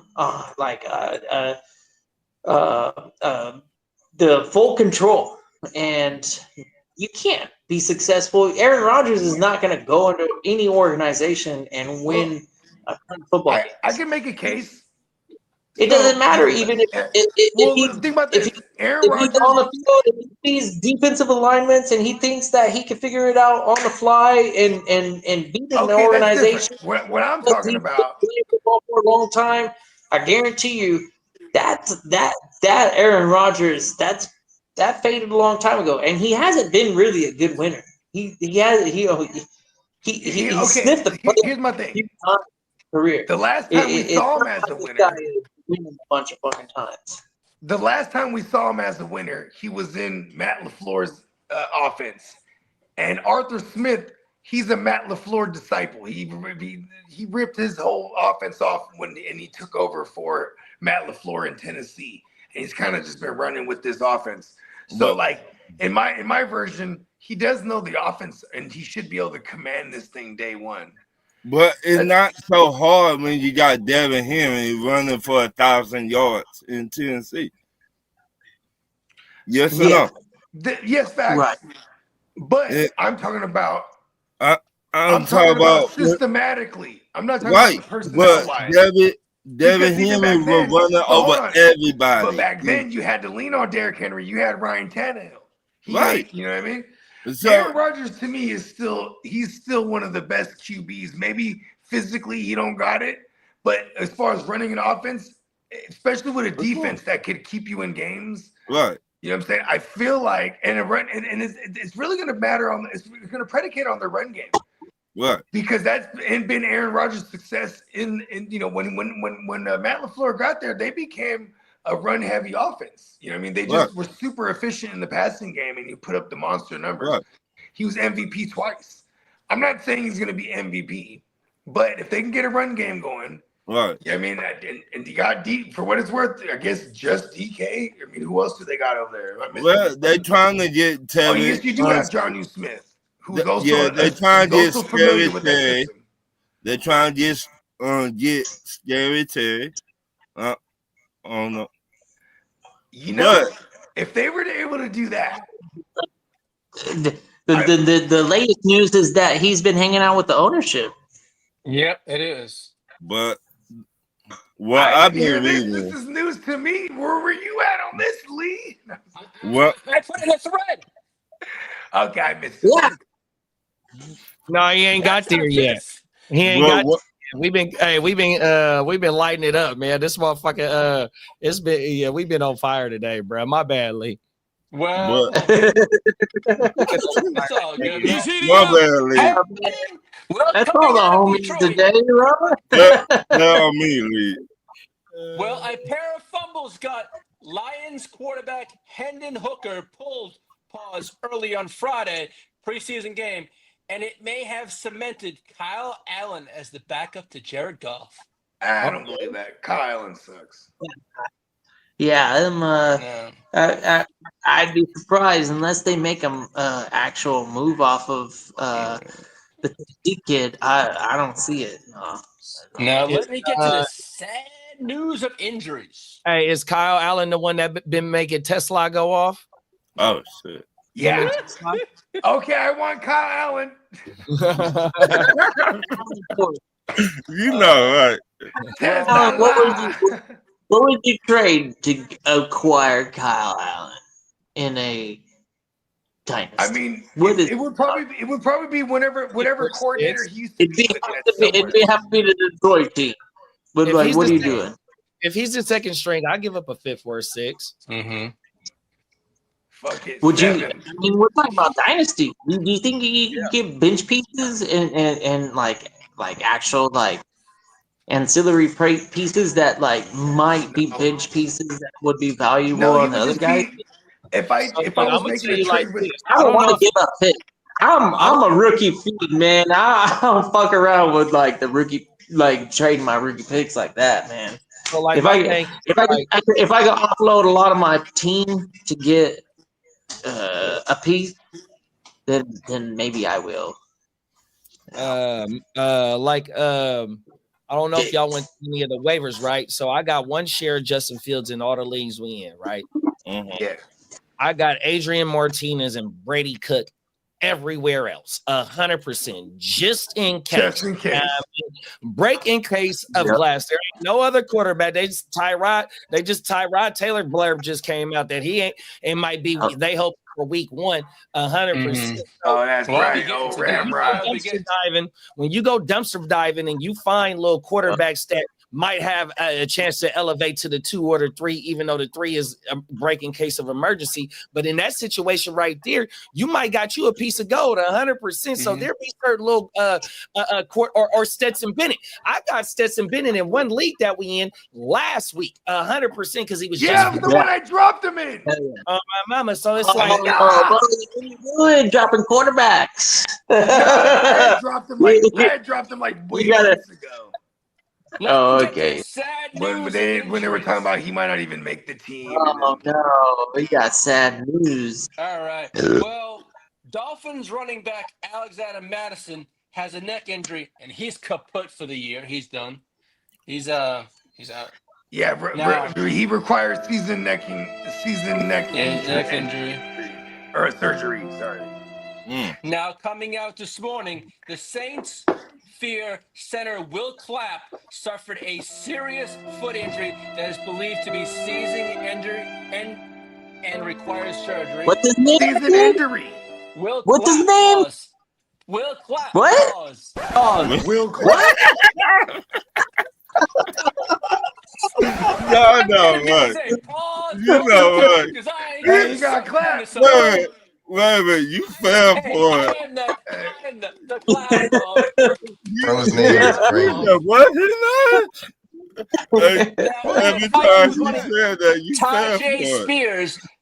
Tajay Spears was diagnosed with a high ankle sprain, and Spears is going to miss a few weeks.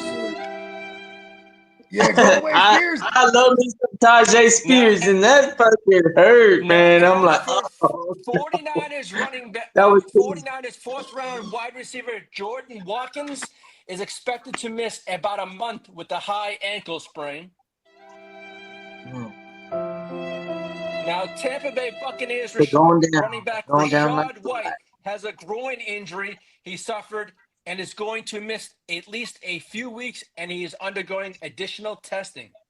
Damn, more Bucky.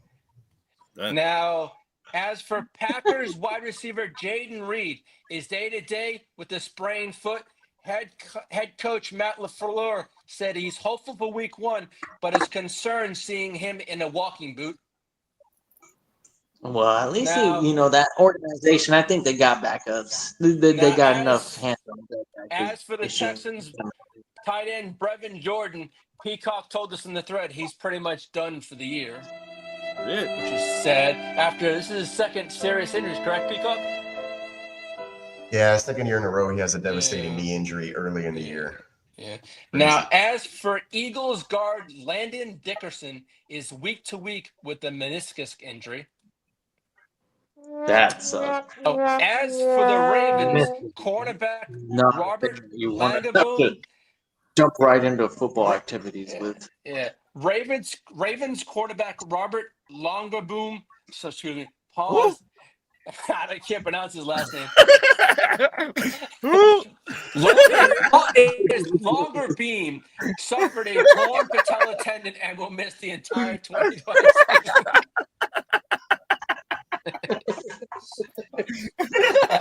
It's all good.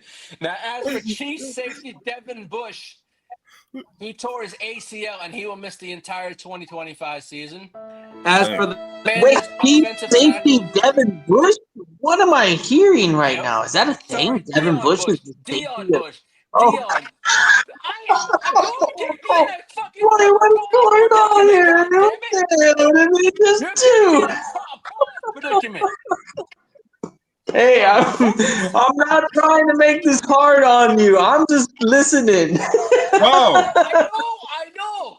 As for Commanders offensive tackle Lucas Nang, who signed a deal with the team last week, tore his ACL. Damn. As for the Jaguars, defensive lineman Eric Armstead has no timetable to return, though the team hopes he'll be ready for week 1. Now, as for the New York Jets, head coach Aaron Glenn said that veteran backup quarterback Tyrod Taylor had a procedure, and he hopes he will be ready for week 1 for the regular season opener to back up Justin Fields. And all those news, I'm done for the day. Dang. Thank you, Lee.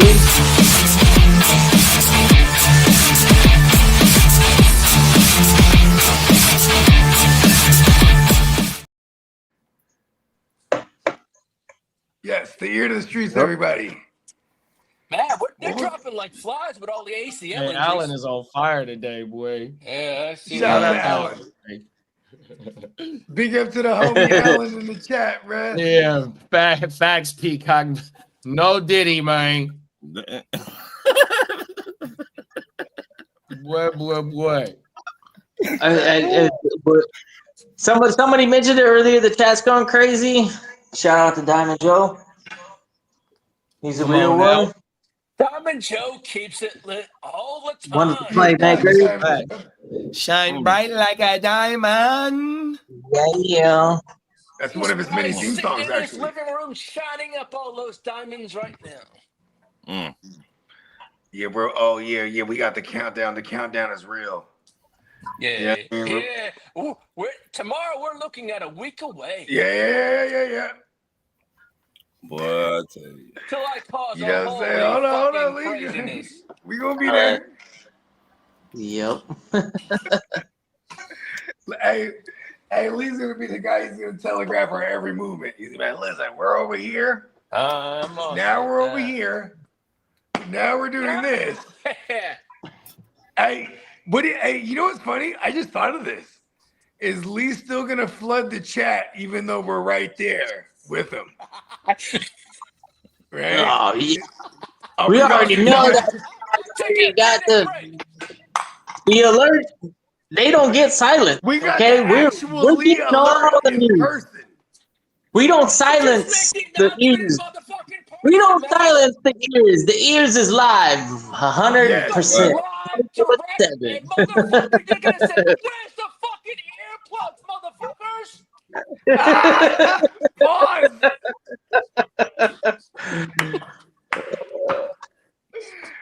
I love it. Hey, 34 years ago today, Doug premiered on Nickelodeon.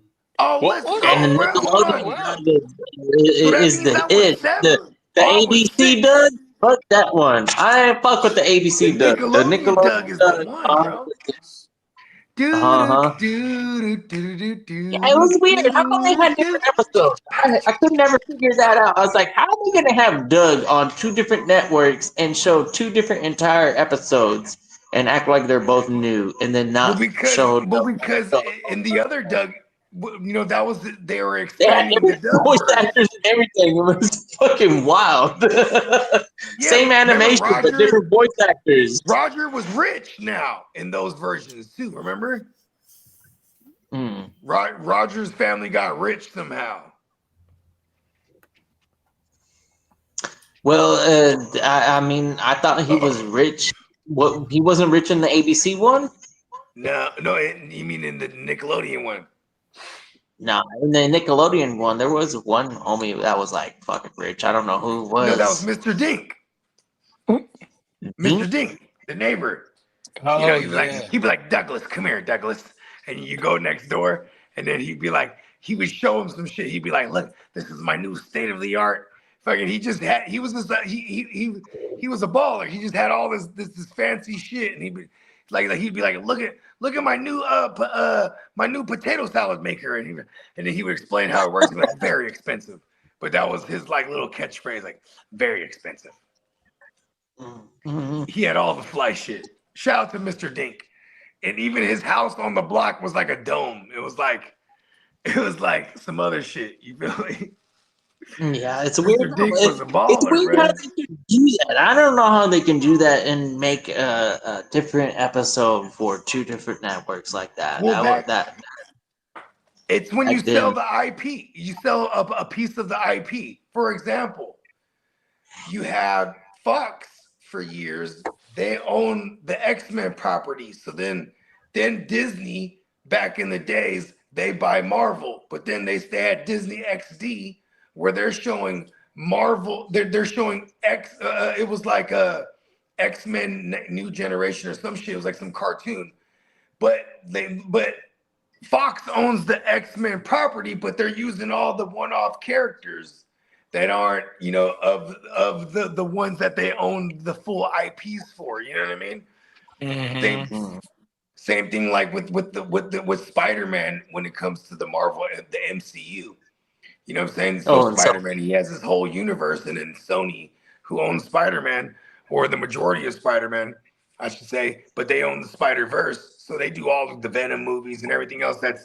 But see, now it's kind of cool that they're trying to incorporate them in the MCU, but it's only because Sony has just been strong-arming them, especially with all the storylines that they have been utilizing. Like when they were gonna do Civil War, it's like, okay, we can't not have Spider-Man in this motherfucker. You know what I mean?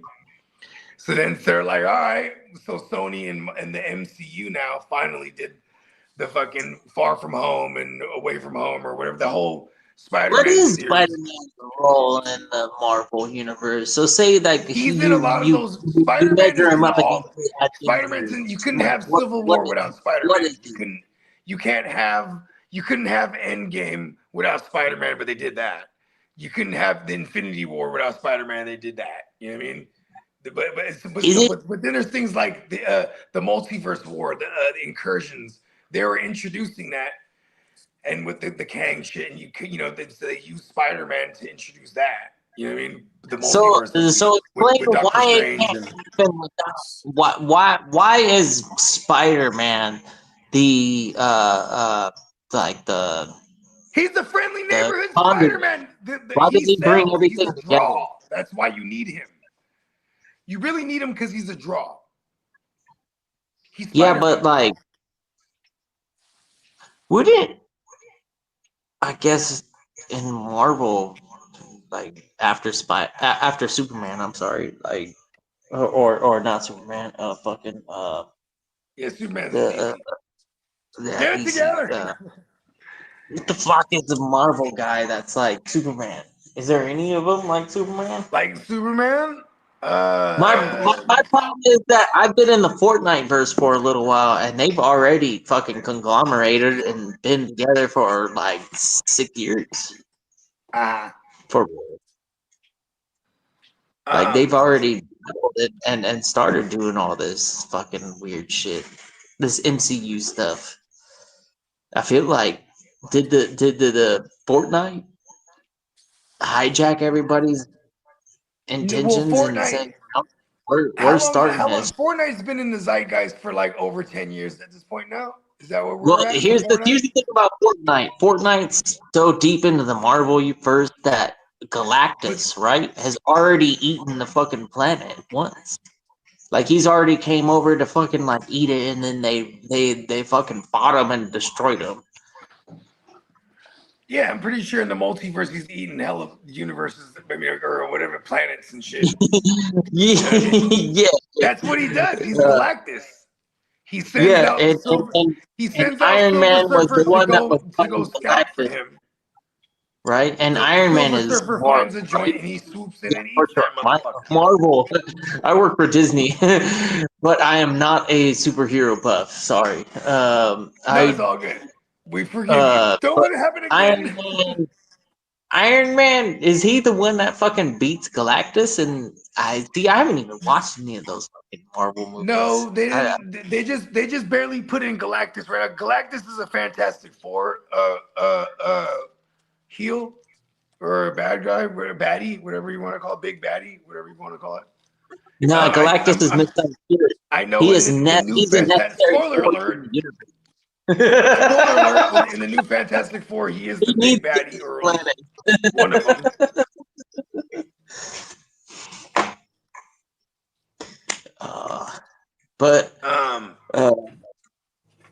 I forgot what I was about to say. Silver Surfer and Galactus. So what's the story? No. Well, Galactus, he'll send. He just all his whole purpose is eating planets and worlds and things of that nature. So he just be chilling, sleep, and then he sends out fucking Silver Surfer. And Silver Surfer go find some shit, and he's went through like different iterations of the Silver Surfer. So in this case, in the new one, it's the female. You know what I mean? Which was probably not a fan favorite at all, but we're living in a day and age where it's like, hey, you know what? Put a vagina on it. You know what I mean? On the Silver Surfer? Yeah. Well, because there was a time period where one of the earlier Silver Surfers was a female. So they, this is the one that they're playing on right now in current MCU. Oh wow, that I was not even aware of that. Well, because there's different iterations of Silver Surfer, but the one that everybody is like familiar with is the male version, who's essentially riding around naked. If you know what I mean. You're like, why is this dude? He's just all silver. He's like the T-1000 he has no before member hanging. So that's into his good, skin, right? for children. He's like, this is how I take the Silver Surfer. Like he's the T1, he's the T1000, right? But he's a T1000 looking motherfucker. But yeah, right. But he rides upon a majestic fucking surfboard, flying through space, looking for a planet that has life and all things that make a planet and life. So Galactus can come and consume it. He serves like radio, I'm not a radiation. Silver Surfer buff either. I always thought Silver Surfer was kind of lame. Like, oh, you're just gonna do what this motherfucker tells you to do. And I'm pretty sure along the way, Silver Surfer becomes like, or he's not. He doesn't become it. He's always sentient. He's conscious. He's aware of what he's doing, and then one day he breaks away.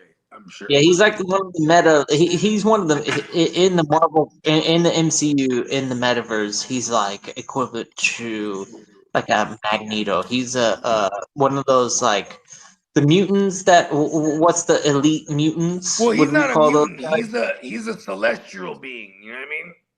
Like the mutants. No, but like, you know what I mean about like the mutants that are on a class above, right? Yeah, alpha. What do we call them? The alpha, omega, or the alpha level, whatever they call it. Omega level. There you go. Omega level. Yeah, omega level. Yeah, so where you can destroy the world. Motherfucking Silver Surfer falls into the omega level. 100%, I'm sure. Yeah, I'm sure. But also too, it's like, I mean, I guess there's a distinction when they talk about like the mutant. When you're in the X-Men universe, when you're talking about the mutants and stuff.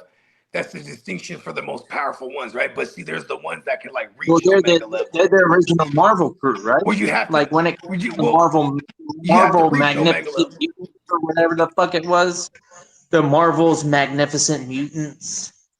the fucking X-Men. Yeah, they had the Uncanny. They had they had all kinds of X-Men. They had even in the 90s, you had, or the late 80s and the 90s, you had like the blue X-Men and the gold, and you had different groups where it's like, they're led by different members or whatnot. But like they had what was that? Oh yeah, like for example, Iceman, right? He's an Omega level, but like you have to train and you have to like hone it and get to that level. But he has the potential to be an Omega level, like where he could like put the world into a nuclear, a polar freeze. You know what I mean? And just destroy everything in that matter. You know what I mean? Mm-hmm. Cyclops is an Omega level. His like he could, at one point he could open his he could get to that level where he could just optic blast his whole shit to hell. I think his brother too, Havoc. His brother's power is he has the power to wield energy from the celestial. So it's like he has this like almost unlimited source of power, but yeah, you have to be able to hone this shit, right? And then you could just, and then that's what's, and then you have the like the Weapon X program. Fucking Professor X and Magneto. Yeah, Professor X and Magneto. Yeah, they're Omega levels. Oh, we got to pick. What we got? Diane Brown. Oh no, Dwayne Brown. Excuse me. DL. Oh, that's a damn good pick. My bad. No, even the De'Amon Brown, if that was that too, I just thought of this. De'Amon Brown's just going to be the X receiver. He's just this big body that's just going to go down the field routinely, just go routes. Just, one day he's going to hit. It's an IDP flex pick for Timmy. Yeah, the boy out of Auburn. He was a first round pick for him. He's got Jeffrey Simmons. Oh, never mind. Divine Diablo, Derek Brown, Levante David. He's the one that took Divine Diablo. Durr. Terrell Dotson. Brr. Jefferson. Even Peacock, I was like, who took Mohamed Diaby or Diab, whatever his name is? And I was like, Peacock out there. I'm like, all the low key guys have been gone. I'm like, man, I let me. That's uncharacteristic of me. Like you bang down 4 legit linebackers, like top 35 guys, right? Kidda. You got Jordan Brooks and Spillane, and then even the Austin Gaither. Akeem Davis Gaither, and my sleeper pick. I guess it's not a sleeper. Most people should know who Lufau is, but Maurice Lufau. He's gonna get hopefully he gets the green sticker on his helmet, and will get 140 tackles. Well, I did see that Henley's gonna wear the green dot over for the Chargers. Mm-hmm.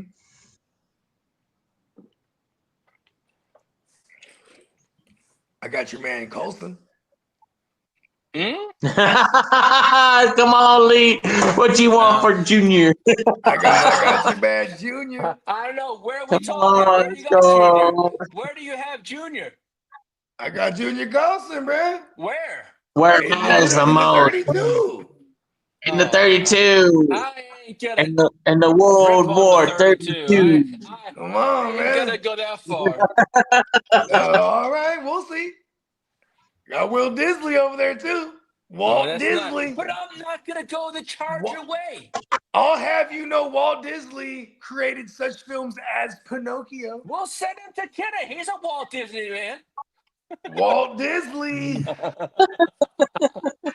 I'm trying to tell you. Come on, he's the company man. Yeah, I'm excited for I like the way this World War 32 is shaping out. This is gonna be fucking bananas. Yo. And reminder for everyone too. This is really cool because I always had a gripe with only 8 teams getting in. We're gonna do it like the NFL, and we've already discussed this in the chat months back when during the the beginning of this joint. But 14 teams get in, and it's a 13-week regular season. And week 14, 15, 16, and 17 are the playoffs. So we're going full NFL mode. You know what I mean? Top 4 teams. There's no divisions, though, or conferences. So it's just top 14. And it is head-to-head. So you will be playing 13 other motherfuckers out of this league. Obviously, we're not playing everyone because it's 32. So that's the one thing, too, by the grace of the fantasy gods. You know what I mean? When it makes the regular schedule. You know what I mean? We have no control over that. But yeah, 14 teams get in, 2 bye weeks. Week 14 starts the playoffs. Then we get into week 15 and reinsert back the bye week teams. And we're good to go. Excited. So be fun. Oh yeah. Also, Kidda, let them know too. We're doing a guillotine in Vegas too.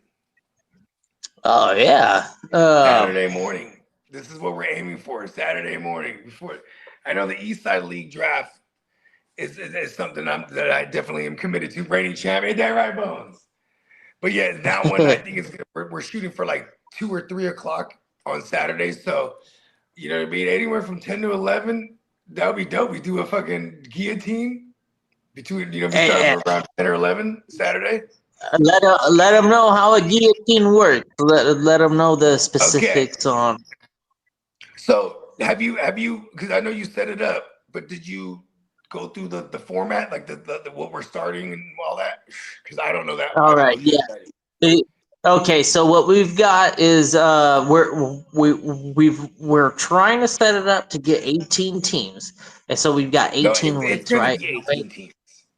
So what a guillotine league is the lowest earning points on a week-to-week basis. Team, they get axed, and the whole lineup gets thrown into the waivers. So you have to throw fab in to grab those players. Your objective is to not be in last place week to week. Yeah, so that is the idea of it's not about a cumulative points total. You ain't trying to lose. You don't want to get last place. That's the objective. And then, all that matters. And then the second objective is to spend your fab accordingly. There's no other league where waivers and fab mean more than a guillotine league. If you can win a week through fab and then throw them into your lineup because all of a sudden you came up on a Jahmyr Gibbs or something like that, you know what I mean? That's how I'm talking. That's how that's how this format works. So premier players are going to be available for you to spend on, and that's what makes this fun, is because you got to be smart. You got to think about which players you're going after. Let's call it Ichabod Crane. The Ichabod Crane League. I'll make you co-commissioner, and you can fucking change the name to whatever you want. Horseman League. Okay, yeah, make me co. Yeah, I'll give you the opportunity to. We gotta put some pizzazz on it. But the idea of guillotine, if anybody's not familiar, fab is how you win these leagues. So here's you're gonna get. Let me explain it real quick.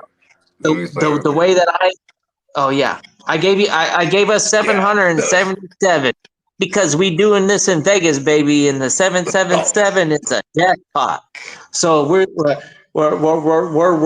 rolling with it. And see, this is what I'm saying too, is it's 18 teams, and there's 17 weeks in the fantasy season, as in from week 1 all the way up to week 17. That's the championship. So you start with 18. Every week you put in your lineup. As long as you're not the lowest scoring on the week, you survive. The lowest scoring, we chop him. He's out. He's done.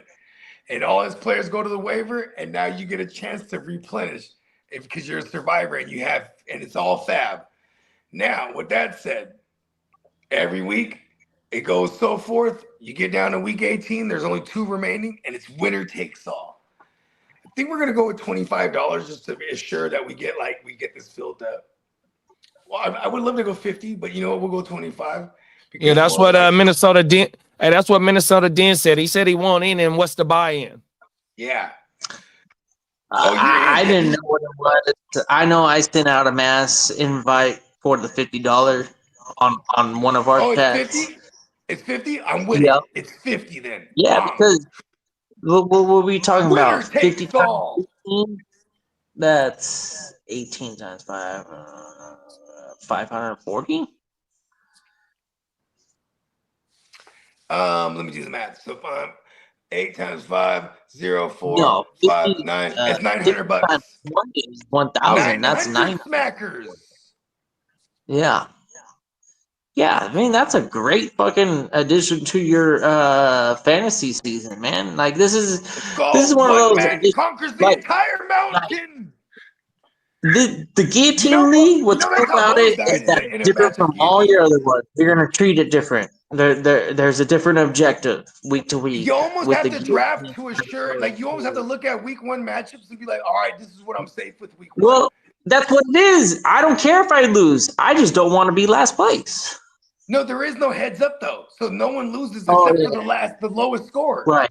Every week. Yeah. It's just put in your lineup that is not the fucking lowest scoring. You know what I mean? Yeah. It's fucking madness. Nova. Bogey's right. This ain't gonna be a no thing. Whether it be 50 or whatever, I don't think we started collecting dues, but I anticipated 50 per person. I'm with it. I'm pretty sure everyone will be as well.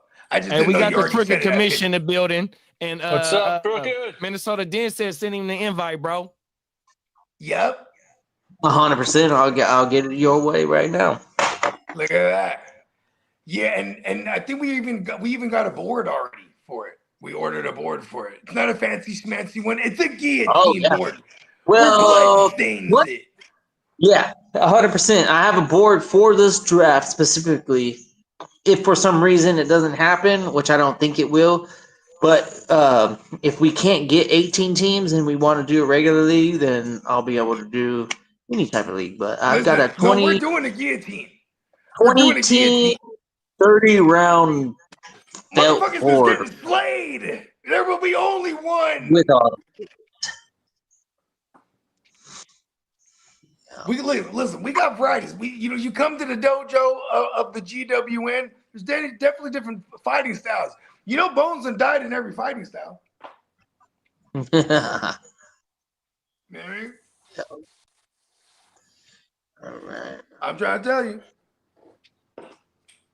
Yeah, the guillotine is fun though, because the guillotine, it's like, okay, for example, say you draft well, and you surviving, you might not need to go and spend hella guap on the available players that go to the waiver because you're surviving. Then you could just save up your guap, and then say you get to week 6, 7, and now that Jahmyr Gibbs guy, he has that bad week. Now Gibbs is out there. You go, oh shit. I could go drop 300 on Gibbs right now. Kid of Minnesota Den said he good with the 50. All right. Yep. I just sent him the invite, and he should be able to find it. Did you decide if we're going guillotine with IDPs or just it all offense? No, I got it as IDPs too. Yeah, let's go. Yeah, we're doing full Savage. Oh my God, this is savage. Okay, look at this. A couple years ago, I'm in a guillotine, and it's one of it was one of Aaron Rodgers' MVP years, but it was week 1 against the Saints, and I draft all these fucking Packers because I'm like, they're about to smash the Saints week 1. Remember? And it was Darren Rodgers that showed up. It wasn't no Aaron Rodgers. This motherfucker, and it was his worst game of the year. And every other game, he ended up throwing for 40 tugs that year. But that first game, threw for a couple picks. I had Aaron Jones. He didn't do shit. You know what I mean? Jameis Winston threw 5 tugs. It was only for like 200 yards, but remember, Jameis Winston was going crazy. That was his first year as a starter for the Saints. He ended up tearing his ACL that year. But it was insane because I was the lowest scoring that first week, and I was done. You know what I mean? Yeah. The furthest I've ever gotten a guillotine is week 13.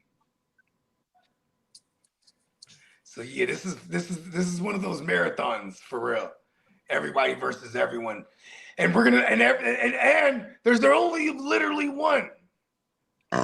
Second place is literally the first loser. There's only one winner in this one. Yeah, the definitely a win or lose situation. I guess theoretically you could split the pot once it gets there, but you probably could, especially for everyone. For the future 18 or other 16 or whatever and change that's going to be in it with us, I'll split if we get down there. Right? I'm just throwing it out there. That's a grind in itself. I'm all right. Because then if I win, I get the glory. Mm-hmm. And if I not got the insurance, you know what I mean? Yeah. Plus, you know what? Here's my thing too about most of our leagues, especially the dynasties, right? Like, you know what I mean? Like, yeah, there's gonna be individuals for the most part that you rock with, and they'll be like, yeah, we'll be down for the split. It's not, you know what I mean? Because there is an old mindset, and I've never been of this mindset, but I've encountered it more often than not. Is the people that when you ask them for the split, it's a sign of weakness to them. You know what I mean? Matter of fact, shout out to the entire Heart to Start. All of Guccini and them's leagues, bro, there's only first and second place, and second place is money back. You know what I mean? There is no splits. You ask for split, they laugh at you. You know what I mean? Because I did, and they laughed at me. And then I won it, and I was happy I didn't have a split. You know what I mean? Talk about it. Because the Heart to Start breeds champions. You know what I mean? What is the second place? Or what is this split? What is the split? What are you talking about? Oh, you scared you're gonna lose? Ha ha! You lost already. You know what I mean? You feel me? But you know what I mean? I was fortunate to get into a Heart to Start, just low key. And you know, no one's from the Heart to Start. If they're watching, I'm sorry, but there was one time I got in the Super Bowl with JD. I said, "Hey, you down to split?" He's like, "Hell, motherfucking yeah!" Right? Come on now. And I lost that Super Bowl. We gonna run that shit up. Fuck that. Yeah. Oh no, I split with you in the Dynasty. That's what it was. You beat me in the Dynasty, and it was It was Jordan. Someone who in the Heart to Start. He has the Patrick Mahomes Kelsey stack. Oh, it might be if it's Jordan, it's BJ then. Yeah, BJ, right? So look at this. He split with me on the low though. He was down for the split. I was like, yes. Shout out to BJ. I guess here's a counter argument to Crooked. Here's a counter argument to Crooked. He's saying only bitches split them legs. Hey, winner wins. We're talking about so the person who wins, they get recognized. That's not an illusion. Whoever outright wins gets the winning bragging rights. Here's an example. Splitting the money, that's a win-win for everybody. Why not do it? Here's the thing. Here's an example. And if you win, then you still get the bragging rights. Fucking who cares? All my $200 leagues that are 12-team, all my redraft $200 leagues, it's 14. It's 7 and 3. So if you're third place, you get $300. You know what I mean? I think you came in third place in 2 of my leagues last year. You made that was $600 back. You know what I mean? I'm pretty sure that was awesome, right? When you're in third place, because all right, cool, I'll dry my tears with $600 real quick. But and diversify their portfolio, because not only did I win third and second and fourth and fifth, I won first and first and first and first. Yeah, exactly. And then if I'm first, but here's my thing too, though. In my leagues, if I get there and I go, "Hey, what's up, bro? Let's split." So we always do 11 and 1,000. You know what I mean? What I mean? Everyone loves that. Oh You know yeah. what I mean? Like, hey, did you want to? But you know what though? Shout out to all the real warriors, because I'll give it up to them, because they go. You know what I mean? They go, nah, I don't want to split 14 and 7. Whatever you, if Like, you look if at you don't Smokey decide in the to split the pot, GWN. that's Smokey fine. and I'm not gonna. it was I'm just Diamond gonna go. Joe. Okay, I better not lose. It was Diamond Joe and it was Smoking Jay in the GWN championship last year. It's a $200 dynasty. And they said, fuck no, we ain't splitting shit. You know what I mean? They happily took the 14 and 7. You know what I mean? They're like, fuck no, I'm trying to get that double up. You know what I mean? I'm all right with it. Like, hey, leave with a stackito. You know what I mean? Let's go. Then the glory is even the cherry on top for me. Or the money is really the cherry on top. I'm all about the glory. Fuck that. The money's incentive. At least for me. Even though the money is all of it. That's the only reason I'll even play. It makes it real. If we're not playing for actual money, motherfuckers will just sleep at the wheel. Fuck them.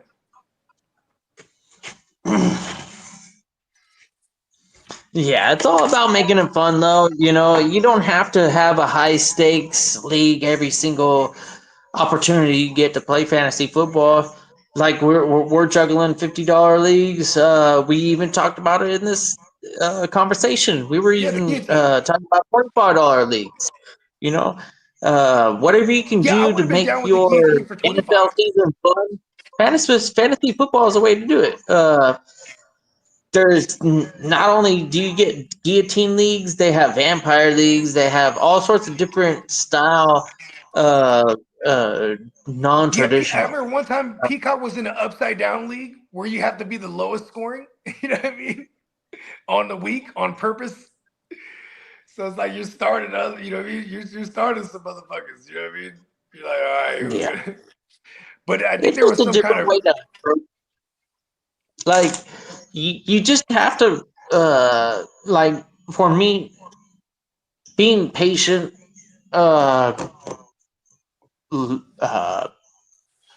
value based, valuing my draft choices higher than letting the trend like sway my original draft choice, right? So sometimes you get noise and there's a lot of production coming from a player and we you're got like, back oh, to do the it. picks. There's Brandon Fisk and Hunter Renfro. Now we got I can't see who. Oh, Hunter Renfro, the oldest, the 50-year-old man in the face. Yeah, right. I don't know. 60. I don't know why. He's fine for an organization. I don't we got know how Sweetness much on the clock. But this is pretty deep into the draft. We don't have very many rounds left in a 32 Yeah, we're team. basically in the final four. 19 rounds. Last time I made picks, I was looking at the board going, "Oh shit, I'm fucked." Next time around, I don't know what I'm gonna do. I'm not even thinking about it. I still have probably a couple dozen picks till it comes back towards the. Oh, actually, no. Looks like a half dozen. I'm 7 picks away. Okay, cool. Maybe I'll be able to make my pick on stream, huh? What did I hear my name, Bogey? What happened? Did I hear my name? No. Hey, Bakes a lot said not a big fan of the guillotine leagues, but if you need someone to fill at the end pause, I'll jump in. There you go. It'll be the Saturday morning. He's there. Bakes is there, live and direct. Let's go. Bong. You gotta construct your roster. And I'm only not trying to be the worst team of the week. That's a dynamic that's not like you're usually doing a head-to-head, right? And now you're trying. In these leagues, it tends to go people, they approach this shit, they go, all right, what do I want for week 1 and beyond? right? A lot of times people, they choose their quarterback right out the gate. You only need one. So you think they're being? Do you think you could be too cautious? Jawar Johnson, or Jordan, excuse me, Jordan. Damn, that's a hell of a tongue twister. Oh, the Niners. Jawar Jordan, running back for the Texans. Niners, right? Hey, yo, For the man, you Texans? killed that. I ain't gonna lie. I couldn't even I was like, what the fuck? Who is this guy? Right. I was like, yo, I love names. Yeah. Oh, Houston. Yeah, that's okay. Never mind. I can't even try. No, I ain't gonna try that shit no more, bro. I Fuck was that. try. Oh, everything. Yeah. Yeah, we're going guillotine. We're going. Don't we have a Niners running back with the Jordan last name too? Yeah. Well, Price? James Jordan, I think it is. Yeah. James Jordan, it is. Oh, Jordan James. There it is. Oh, okay, Jordan James. Yeah, and then and he's hurt right now, but he'll be back. He'll show you. And then there's we also have this other dude, the Kiner. Fucking something Kiner. Corey Kiner. There it is. Yeah, he got some run in the game too. You know, we are getting fucking hit with that injury wave, aren't we? Yeah, you are. I'm just like, you know, it's hitting. It's not. It just swooped. It swept through our running back room, and it had just been kind of just wrecking our receiver room in different ways, and then now it just swept through our receiver room as well. You know what I mean? Yeah, and my boy Siegel got hurt. He hurt his knee in the game. No. But he was walking around on the sideline with his pads and shit on still. So maybe they just might have kept him out precautionary. But they said Siegel had 7 tackles in that game. I picked him up everywhere. I was so happy because in all the leagues that I'm not with you, I was able to get him. Come on now. You already had him and CJ West everywhere. I was like, oh. Yeah, so a lot of the Niner content creators is trying to lock bruh in with one of the with Mustafa. Oh, word. Yeah, that's what they saying. He's flashing that good to lock him in. Now it might not be day one, but they trying to lock him in, bruh. That's how good he been looking out there. And you know what it is too is because we probably should have locked in Hufanga when he started talking that shit initially. Then we make him play and he gets hurt, and then we just have to let him go. You know what I mean? Yeah. Because you remember that before Hufanga got hurt, he was talking that shit already. Like, yo, give me some bread. You know what I mean? Come on now. You feel me? Hufanga missed Patrick Taylor on that touchdown. Mm-hmm. But then he also had plugged it. He had paused, but he had on one of them thirds and shorts, he had plugged up the gap where we had sent one up. I think it was Patrick Taylor on a different drive or the next drive actually. You know what I mean? Got him off the field. I was like, Hufanga knows us. Them is facts. But also too, I also think it's also him getting back into like full game shape, right? That's why they needed. Man, they even had PS2 out there, bro. They sure did. They had Benito out there, bro. Well, that is the Sean Payton thing. Sean Payton's old school. Starters are playing in the preseason. This is Sean Payton. You know what I mean? Sean Payton's from the old school. We're kind of seeing that now too, because also having 3 preseason games, also it's like, you know what I mean? Like when you have to decide a second and third at certain positions, like quarterback especially, right? Like, so you really got to get a good look at them. But then it's like, okay, you also want to run some of your starters. Like even in the era of three preseason games, Tom Brady with the Buccaneers they played at least a little bit in those games. You know what I mean? Like they made sure of it. Josh Allen and them too.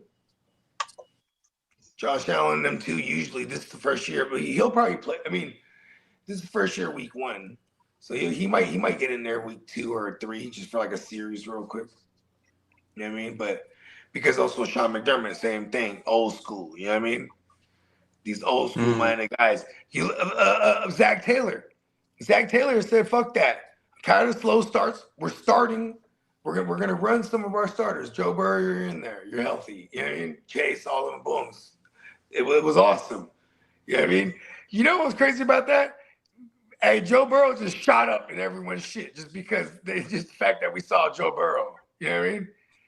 He's shot up in everybody's fucking ADPs. I swear. Motherfucking right. Him and Chase, it looked good. I was proud to see them boys out there connecting in them preseason game, bro. But guess what? This is why I'm pointing this out, because Zach Taylor, he's a Sean McVay disciple. And all the years that Zach Taylor was a head coach, they didn't run their starters like that. You know what I mean? Because that's what Sean McVay did. You know what I mean? Shanahan does that too. They ain't running their starters like that. You know what I mean? Minnesota Den said regular draft or auction draft? No, it's regular. Auction will be there all day. No shit. Right? For real. How many rounds is this? I'm down. If anybody's good for an auction draft, I'm your motherfucker. I'm getting that one. I suck at that. Yeah, I could do. I thrive on 60-second clocks. Yeah, he completely made that boy miss. I'm watching that play right now. Oh, Patrick Taylor. Yeah, the Patrick Taylor and the Hufanga when Patrick Taylor scored. Hufanga tried to fill the hole and bro bounced it out, and Hufanga got the stutter step. Oh my mama, didn't know what to do with it. Like, this is why they cut you. Come on, bro.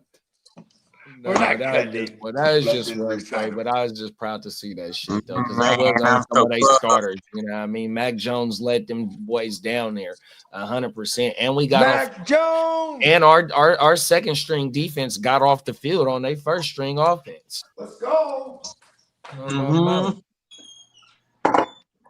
Minnesota Den said, "I'm down for an auction, but I'm a degenerate. I'm down for whatever. Talk about it, Paul." Yeah, Dennis, I already got you penciled in, locked in. I didn't even need to get your approval. I would have made your ass fucking join.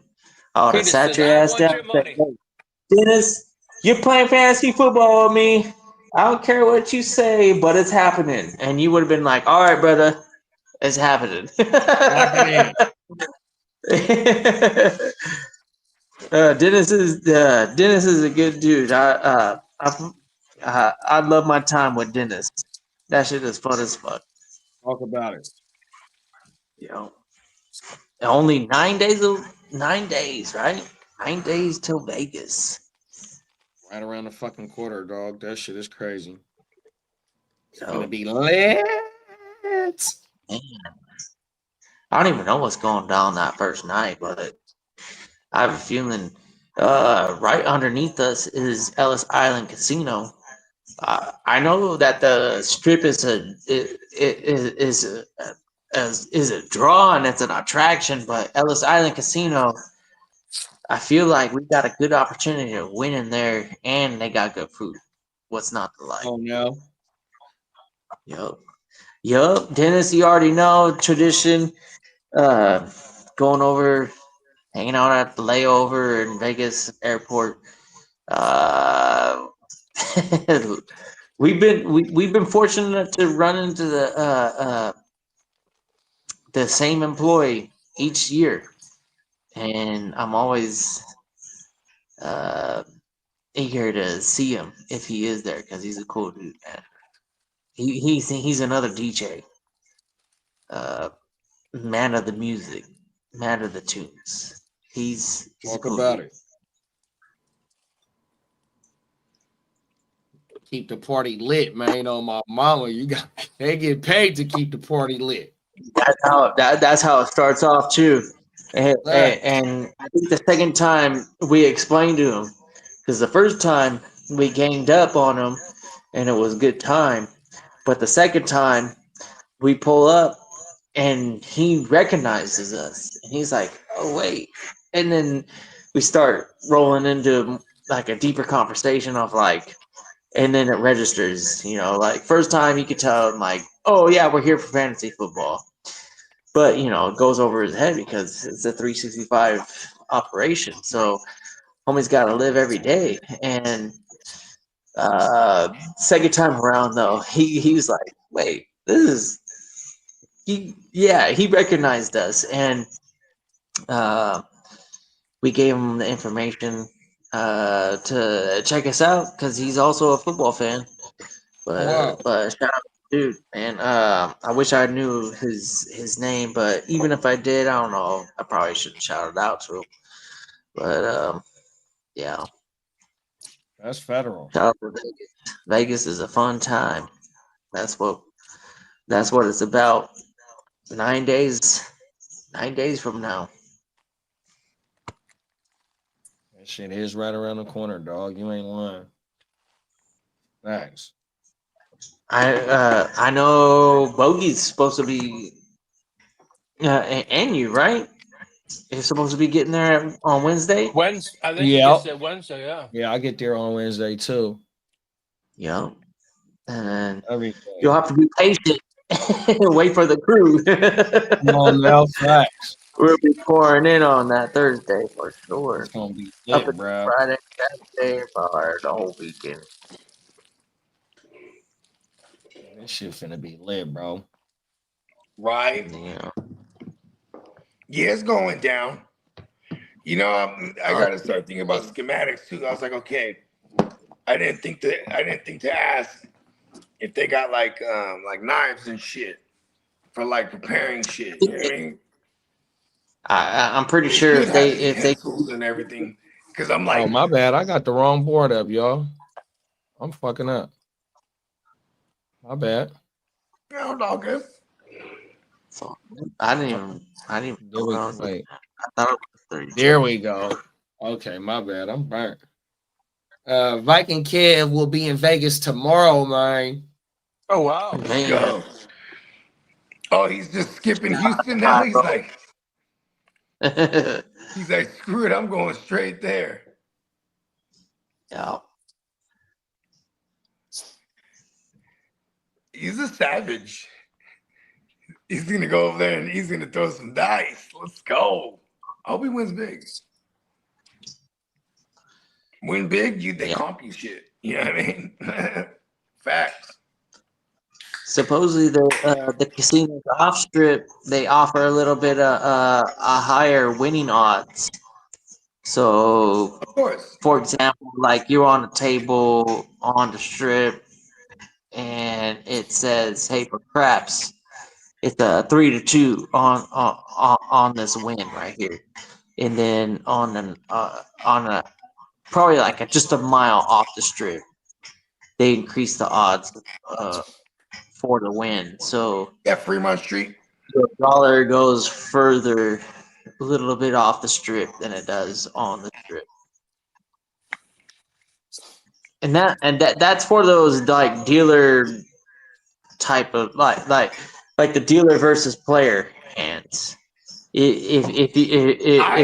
think if you do like Opera or Pai Gow or something like that, where you're just trying to get a number.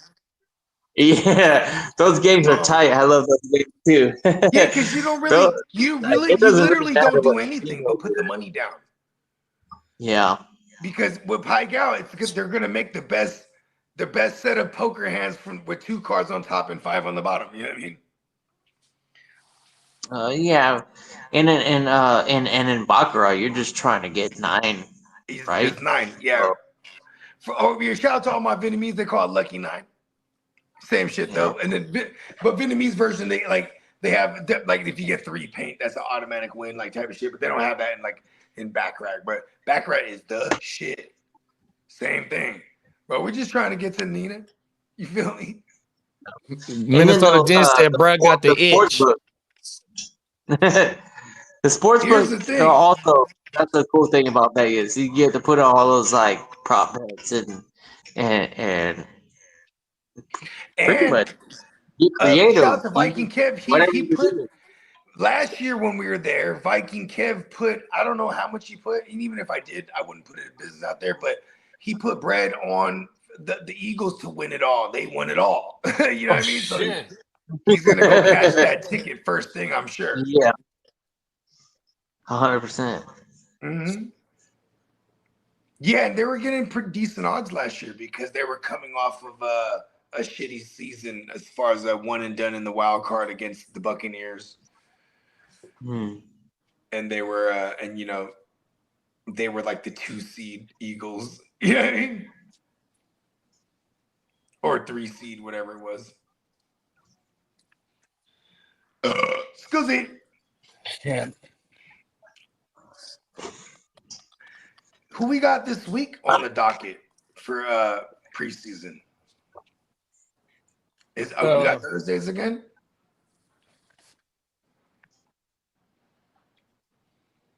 Because I know when we play the Raiders this week. Word. Yeah, last year we played the Raiders when we were out there. Yeah, and that's kind of a tradition. Week 3 of the preseason has been our drafts because then it's like no one's in danger anymore. You know what I mean? Talk about it, bro. Yeah. So next week it's going down. Ain't that right, Bones? Look at he's so excited he can't even contain it.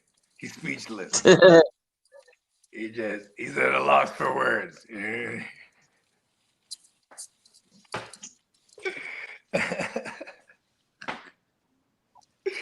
Yo, this shit's gonna be funny though, cause like, we still gotta figure out a way for this draft order too. So as it stands, we have 12 solid, and it probably looks like an 80%. If you were to ask me, it's gonna be 12 teams of the West Side League, right? But we have so many maybes to add to 14, even so many that we can even get it to 16. But as it stands right now, it's 12, and I'm okay with it either way. I mean, $200 league, it's going down. Yeah. And everybody in it that's in it so far, 100%, they're already in it and locked in. Yeah, right. I mean, shout out to our man Song too. I think he was the last one who was like, "Yeah, I'm booked up." I'm like, "Yeah, let's go." It's funny because Song, he don't live, but like you know, I mean, so far for us, but it's cool because it's the first time we're rocking with him for real. Yeah, yeah, he's gonna meet everybody. Let's go. Yeah. Yeah, he's good dude, man. I can't wait. Song. Shout out to you, always putting out fucking fantasy juggernauts. He's a savage, huh? Yeah, he knows. Look at in this league, in the 32. He just takes a stance immediately. Boom, Nico over like hell of these fools. You know what I mean? Where traditionally I'm loving Nico because he's a value, but he's like, no, I'm just gonna take the guy I like over all those fools in that range. I'm like, I like that. You know what I mean? He's a you know, he knows he's one of those guys that I'm gonna get my guy. You know what I mean? He goes and gets his guy. Plus, at the same time, it's not like in this type of league too. It's like you get who you want to get because you kind of got to kiss them goodbye. Those other options. There is no, oh, this guy will fall to me, maybe. You know, maybe later on, right? But nah. I kept doing that with Cerveza Dennis. Damn you, Johnny Mittens. Made me take Junior Colson. I was supposed to have Cerveza Dennis.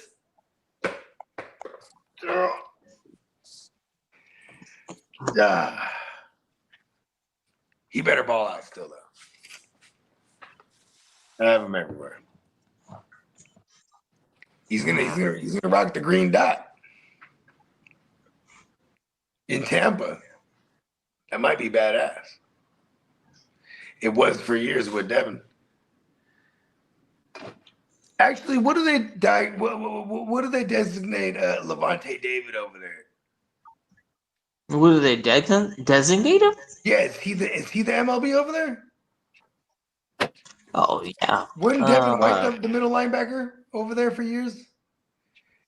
And Levante is he's essentially the 1B or 1A.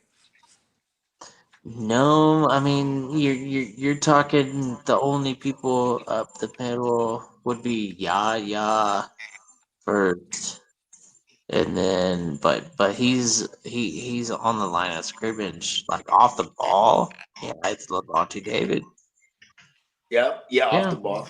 Yeah, and then Ceresa Dennis is finna be that dude. He's in the MLB.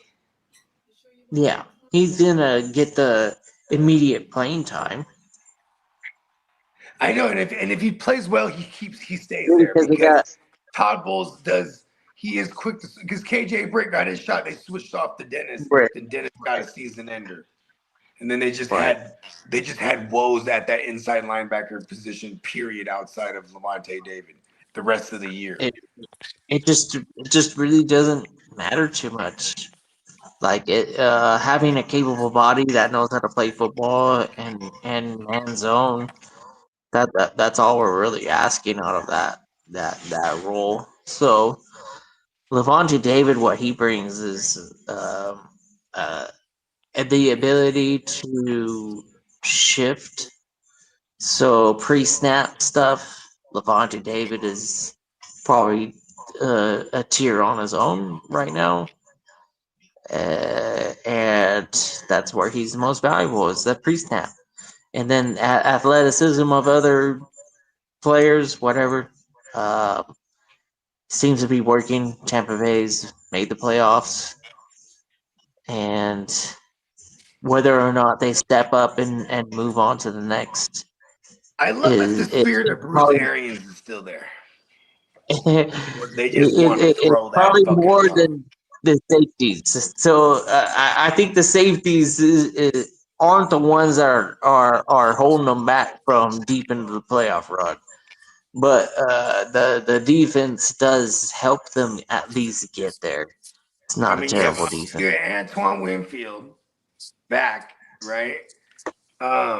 You got Tyke Smith. He's playing like a hybrid role. You know what I mean? I couldn't tell you who their corners are right now. I'm like, I think they got some young dudes because they got rid of Carlton Davis and all those fools that they weren't going to pay on a second contract. Hey, Minnesota again said, Song, JD, and Lee will all first-time person for all of us, man. 100%, bro. That's dope. Oh yeah, this trip is gonna be epic, bro. Like, if you're missing it, you're missing out. Yeah, let's go. We all in this thing. Banks is gonna be there. Let's go. Come on, you know what I mean? He couldn't make it last year, I think, because was in Vegas. I think he was in Vegas like the week prior to us or some shit. I remember, or maybe the week after or something. But he had some kind of other something scheduled, so he couldn't make it last year. But he's like, "Well, I'm going this year." I'm like, yeah, let's go. Let's go. Yeah. This is the trip. This is the boys' trip. That's what my girl calls it. This is the boys' trip. I was like, you're damn right. It's a boy trip.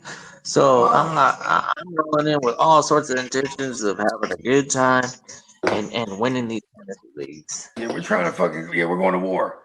See, that's what I am going to war. Yes, we were going to war. I ain't nobody's co-commissioner or co-captain or what do you?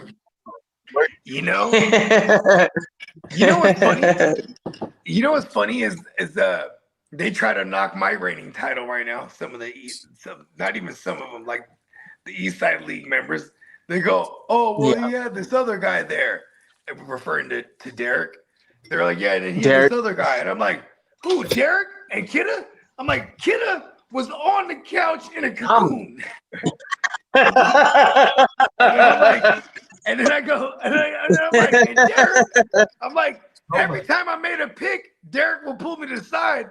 Like, I remember I took Jalen Pitchy, right? Because, like, you know, we're in the teens. We're in the teens, right? The fucking and the double digit rounds. So I go, okay, I'm gonna take my first DB. I take Pitchy. He pulls me to the side, right? He goes, hey, like no one can hear us, right? But he goes, hey. Anton Winfield's out there, bro. Why'd you take Pitchy? I go, fuck, right? He's 100% right. But see, here's the thing, though. You know what's funny, though? I'm on the much. I know. In hindsight is one thing, Antoine but at the Winfield moment, died. he was a grunt. Antoine Winfield died. Hey, I know. If that's an in hindsight thing. You were negligent, and you left Antoine Winfield on the fucking board, and you went ahead and took. I might not have won. It's okay. No, you won. You did win. That's a fact. Oh, there's You another did time, win. right? Then I take Roquan, swing around, take Terrell Bernard. And I'm like, yeah. Then he pulls me to the side again. Hey, bro, I know you love Terrell Bernard, but Alex Singleton's out there, right? I go, oh, shit, because it is redraft, right? Alex Singleton tore his shit week 1, bro. It was crazy. It was like this. Those are the only instances he ever said anything, though, and it was always after the fact. So it was funny how they were creating the narrative like I had some kind of fucking assistance or some shit in this draft. Like, what the fuck are you talking about? And shout out to my man Diamond Joe, because he always goes to bat for me. He goes, Bogart won't take a draft advice from nobody. I'm like, thank you, Diamond Joe. That's true. Ain't nobody tell me what to do with shit. And that's no offense to anyone. Matter of fact, people won't even tell me what to do. I might just adopt something that they do because I think it's brilliant. Versus like someone just telling me what to do. No one can tell me what to do, right? I wouldn't even tell no one what to do in certain instances. It's like they just because they should know what to do. You know what I mean? Hey, it's gonna be this. It's different this time. We've got a West Side League. It's not just the East Side League; it's the West Side League now. So we're all they built their case. invested They into built their this case weekend. around one instance, though. there was one instance. This is how they built their whole case. It was when I was absent. They couldn't find me because I was in the bathroom taking a shit. You know what I mean? And then Derek, he goes find me and said, hey, Bogey, you're about to be on the clock. Oh, shit, Bogey, you're on the clock. I go, Brian Thomas. Then he goes back there. Is Brian Thomas available? He goes, is Brian Thomas available? Then he comes back. Yeah, Brian Thomas available. Yeah, Brian Thomas. Then I get out the shitter. I want Brian Thomas all day. Yeah, but see, here's the thing, though. I get out the shitter after I just took Brian Thomas, and it's like round 9 or something like that. And then, what was it? Or maybe round 10, something like that, right? Then I get out the shitter, and then now I'm back up because I was a 13 out of 14, and I'm like Chase Brown. So it's just like, and then so they think like he goes out and it's like because of that one instance. I'm like, I was on the shitter. I told him who to take for me. He didn't go there and have some meeting in the shitter. You know what I mean? Right. Yeah, but don't say anything. You know what I mean? And you know why? Because they can't stand that I'm the champ now. It's my time. Diamond Joe said, talk your kid up. Oh, man. I can't wait for Vegas, man. I'm not gonna lie. That's probably the highlight of my fantasy football season. Win or lose, the fact that I get to kick it with y'all and do this thing almost on a daily basis. Honestly, that's what it's all about, bro. It's gonna be lit, bro. But Vegas is gonna be lit for sure. Forget about it. And the cool thing is that that West Side League, the initial group that I see, the 12 of us, man, that's cream of the crop. Let's go. We're in this for bragging rights, championship, dollars, whatever you want to call it. This is everybody's out for the gold. There's no weak link in this group. That makes us a strong. That's tight. When you think about it, when you can get a good group together in a competitive format, you know, it's like the NFL. We got our own version of the NFL in fantasy football with the Vegas group coming up. It's facts. Yep. Every time. Yeah. Certain wins mean more than others, and I guarantee you, if I win any of these Vegas leagues, I'm gonna consider them one of my greater victories of this year. That live draft is real. Oh my mama. Oh man, so fun. So fun. That's what it's about. That's how it started. Fucking live draft, bro. Real talk. That shit is a monster, bro. Oh my mama. That's what it's about, man. Like the draft to me, other than winning the championship, that's the best time of the year. Is doing this, you know, sitting there making the tough decisions. You know, they really are tough. The first 10 rounds, any fantasy league for the most part, those are that's how you win. That's how you win championships. Is making the right choices in those 10 rounds. And we have a different league, that damn fucking guillotine league. Totally different, 100% opposite. Guillotine league, spend your fab wisely. That's how you win these things. Because by the time week 18 comes around, if you spent your fab wisely, that team is gonna be stacked like a motherfucker. You're gonna be talking about that guillotine league team for years. That's just how guillotine works, though, because more or less you're almost considering it an undefeated season. You know, in retrospect. Here's the thing. I'll never forget my losses in guillotine leagues because they were fucked up. Like one of them, like I said, I got to week 13, and it's Monday night, and I have Greg fucking Dortch. Shout out to my the Dortch man. I have nothing against him, but it just happened. Me and whoever it was that was scrapping at the bottom, right? He's already done. But I only have Greg Dortch, and I need 2 fantasy points, right? He catches the ball. Very first series, they throw him the ball behind the line of scrimmage. He catches the ball, gets tackled behind the line of scrimmage, goes down, fumbles the ball. Then he's grabbing his shit. Oh no, now he's injured. And he's out of the game. And I'm just, oh no, is he gonna come back? I'm like, right out the gate too. Ha, yeah, oh. You know, he asked for it, he got it. He does enough work around here to earn it. He got his drop. That's our man Diamond Joe. Fire up the and I'll never forget that. I'll never forget walking in on his parade, and then he decorated it. He signed his autograph. He threw his fucking flare everywhere. I was like, man, this guy is a badass, bro. I gotta give it to him. He sure does know how to fucking own it. Rule with iron fist. With a diamond fist. Hey, you know what was the funniest too? It's probably like 2:00 in the morning, and I'm gonna leave with Art like in 6 in the morning or whatever it is to the airport, and then but everyone's active still, right? And it's just me and Steamboat, and he's like, hey, you got any more of those chocolates? I'm like, yeah. He eats like half of a bar. Boom.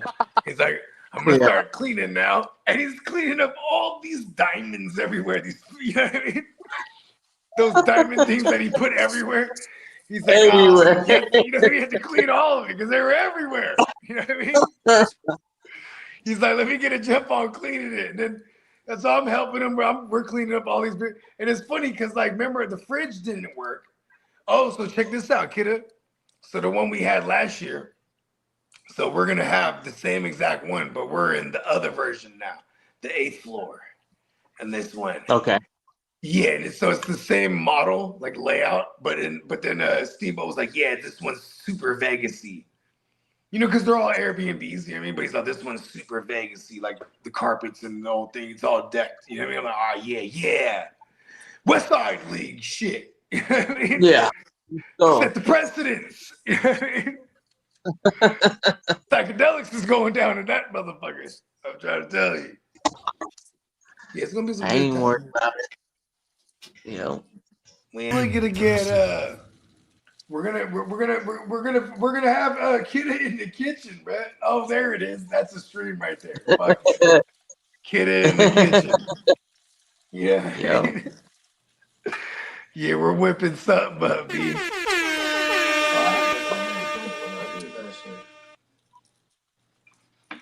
Yep, I'm gonna probably get down with the red beans. Oh yeah, and then shout out to our man Derek. He don't do the red meat at all or the pork, and it's for health reasons.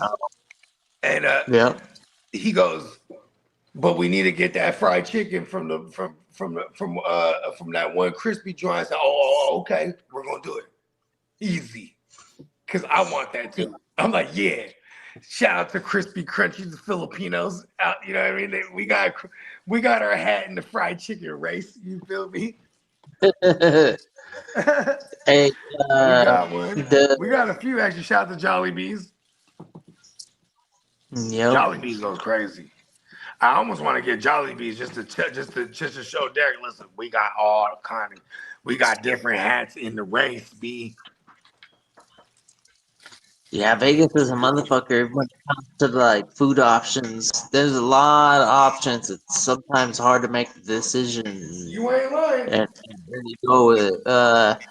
My personal opinion, where we're staying right underneath us, there's a casino resort that fucking will give you almost everything that you could want out of Vegas when it comes to the food and the drink.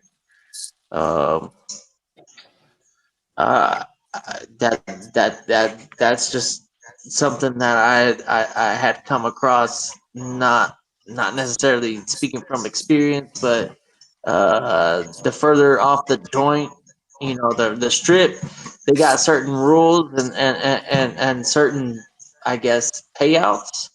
But the further off the strip you get, the better the payouts sometimes are available. So even a mile off the strip, there's a potential to get better odds, I guess, on a win. Table games in particular, loose slots.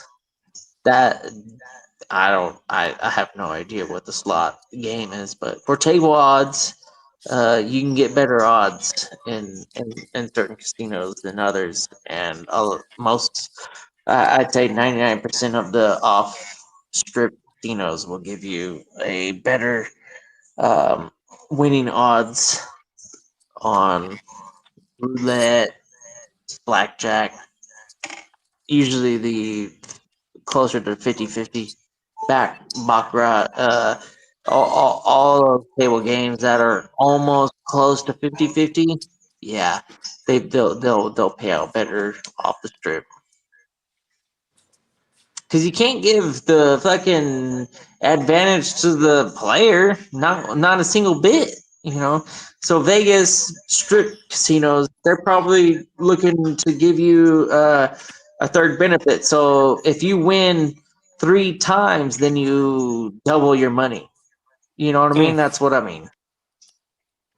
Instead of winning twice and doubling your money, you got to win 3 times to double your money. Whereas off the strip, you're closer to doubling your money off of just playing twice.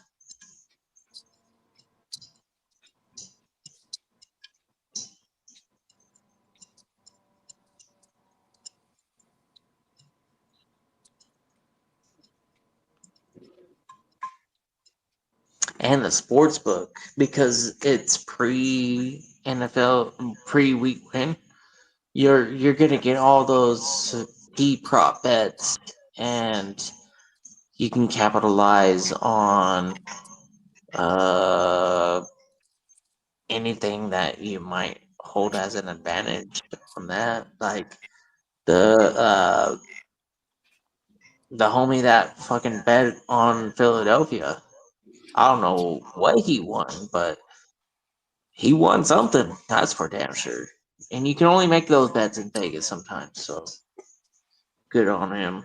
I'm hoping to tag on to some of the more savvy players. I'm not very savvy at the betting, but I know when I'm in Vegas and the group that I'm with, I can get some advice. No shit, right? Yeah, because it's super easy. It doesn't bother me one bit. Listen to a friend of mine and throwing some money down on it. If I win, awesome. If I don't, it didn't really make a difference because my opinion on the winner of the Super Bowl, I can't tell you the winner of the Super Bowl. That's out of my that's out of my realm of efficacy. I'm strictly who's gonna be good at fantasy. So I'm pretty good at that. What do you think about this in fantasy? That usually gets me going. I can give It's you a different good perspectives though, right? Like, yeah. For example, if I'm going to bet on like a future bet, there's different perspective. It's like, okay, maybe I'll throw a little bit of money on like the Falcons because maybe they're an absolute long shot, right? They're going to pay out fat, right? But then I'm going to go heavy on something that pays decent on one of the favorites, like the Niners. We're probably getting like plus 16 right now. That's pretty good. You know what I mean? I might do that. You know what I mean? Like, even though I'm a Niner fan, I don't want to jinx my team, but because there's a likelihood, but the fact that we're getting those type of odds, like the Eagles last year, going into last year, we were getting plus money on the Eagles. So, not plus money, but we were getting, I think, times whatever, if I was double digits, which is phenomenal for something like the Eagles because they were just coming off of a one and done injured year in the playoffs. You're going to win the Super Bowl. So shout out to Viking Kev. You know what I mean? That was a smart bet. Like, all right, which one of these favorites do I feel? Hopefully he didn't cover the whole board. You know what I mean? And be like, and maybe this is now, he hit, so it's covering. But that's how it be sometimes when you're gambling, right? Like, see me, I've evolved as a gambler, or devolved, I should say. Because I just if I'm gonna gamble, I'm gonna gamble on some outlandish shit that if it hits, it's because I can make a case for it, and we're getting plus money on it. It's long other days there. I'm parlaying, and I'm like, okay, I'm doing 7-leggers or 5-leggers, and I was really good at those though. But you gotta be in it though, and it's repetition, just like anything. If you ask me, I used to kill daily fantasy when I was in it. You know what I mean? Every week to week, studying the player prices and and then gathering my player pools, and then build the lineups, and then go to war every Sunday.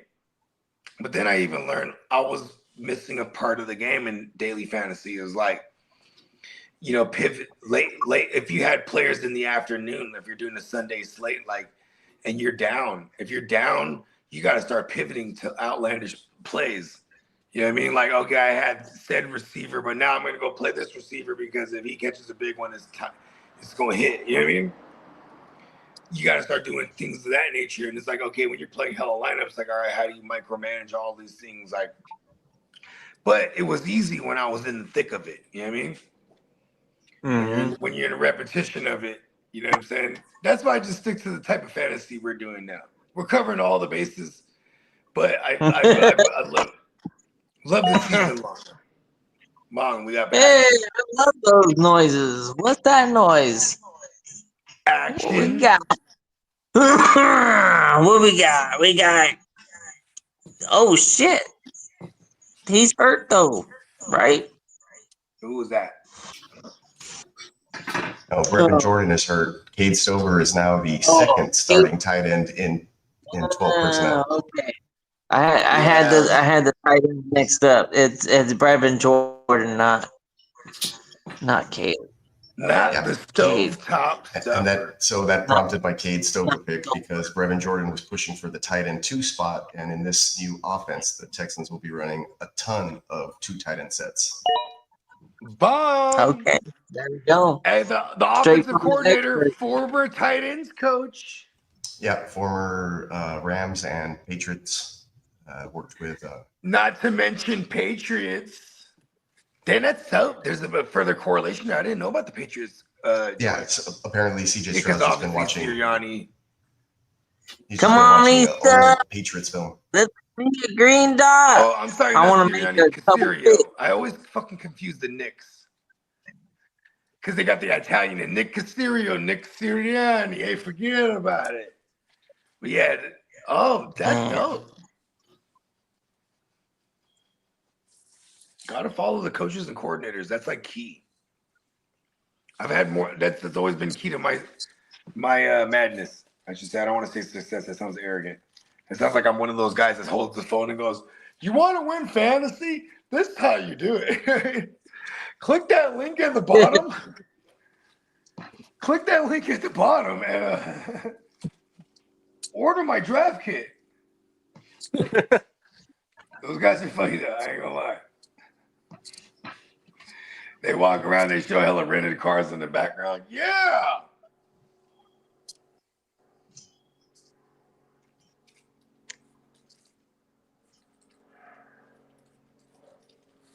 Damn. Oh, the Reverend Brevin Jordan from the River Jordan. I remember we were in Connecticut and my godson Lucas, shout out to tight. Anyways, he was getting baptized, and then the priest, he comes out, he goes, "This water right here is from the River Jordan." And I said, "Word," right? And people laughed at the motherfucker. I was like, "Oh shit, that's some baller shit right there." This motherfucker got the fucking water from the River Jordan, bro. That's where Jesus. That's where they say Jesus was baptized, right? Allegedly. I was like, "Oh shit, how much they hit for it?" Like, you know what I mean? Then my sister's hella mad at me. Why you always have to talk through this shit? Hold on, I'm just saying it was some baller shit. Like, you know what I mean? You know what I mean? It's just not some normal shit. I feel like I can understand this logic.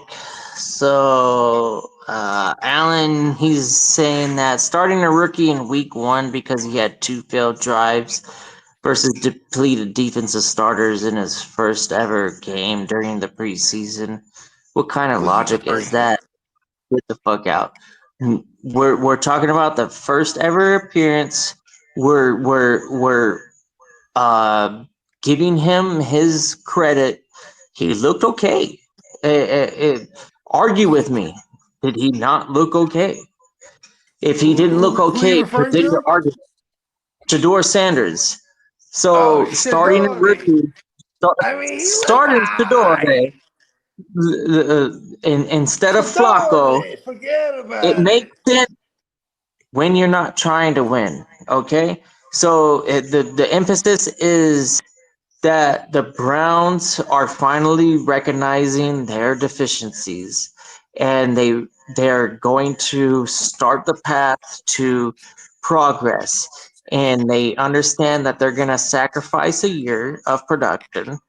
But after they sacrifice that year of production, and Myles Garrett is on board, believe it or not, as long as they can take one of those 2 rookie quarterbacks that they drafted and build around them. Another year of life. Joe Flacco ain't getting you to the Super Bowl championship.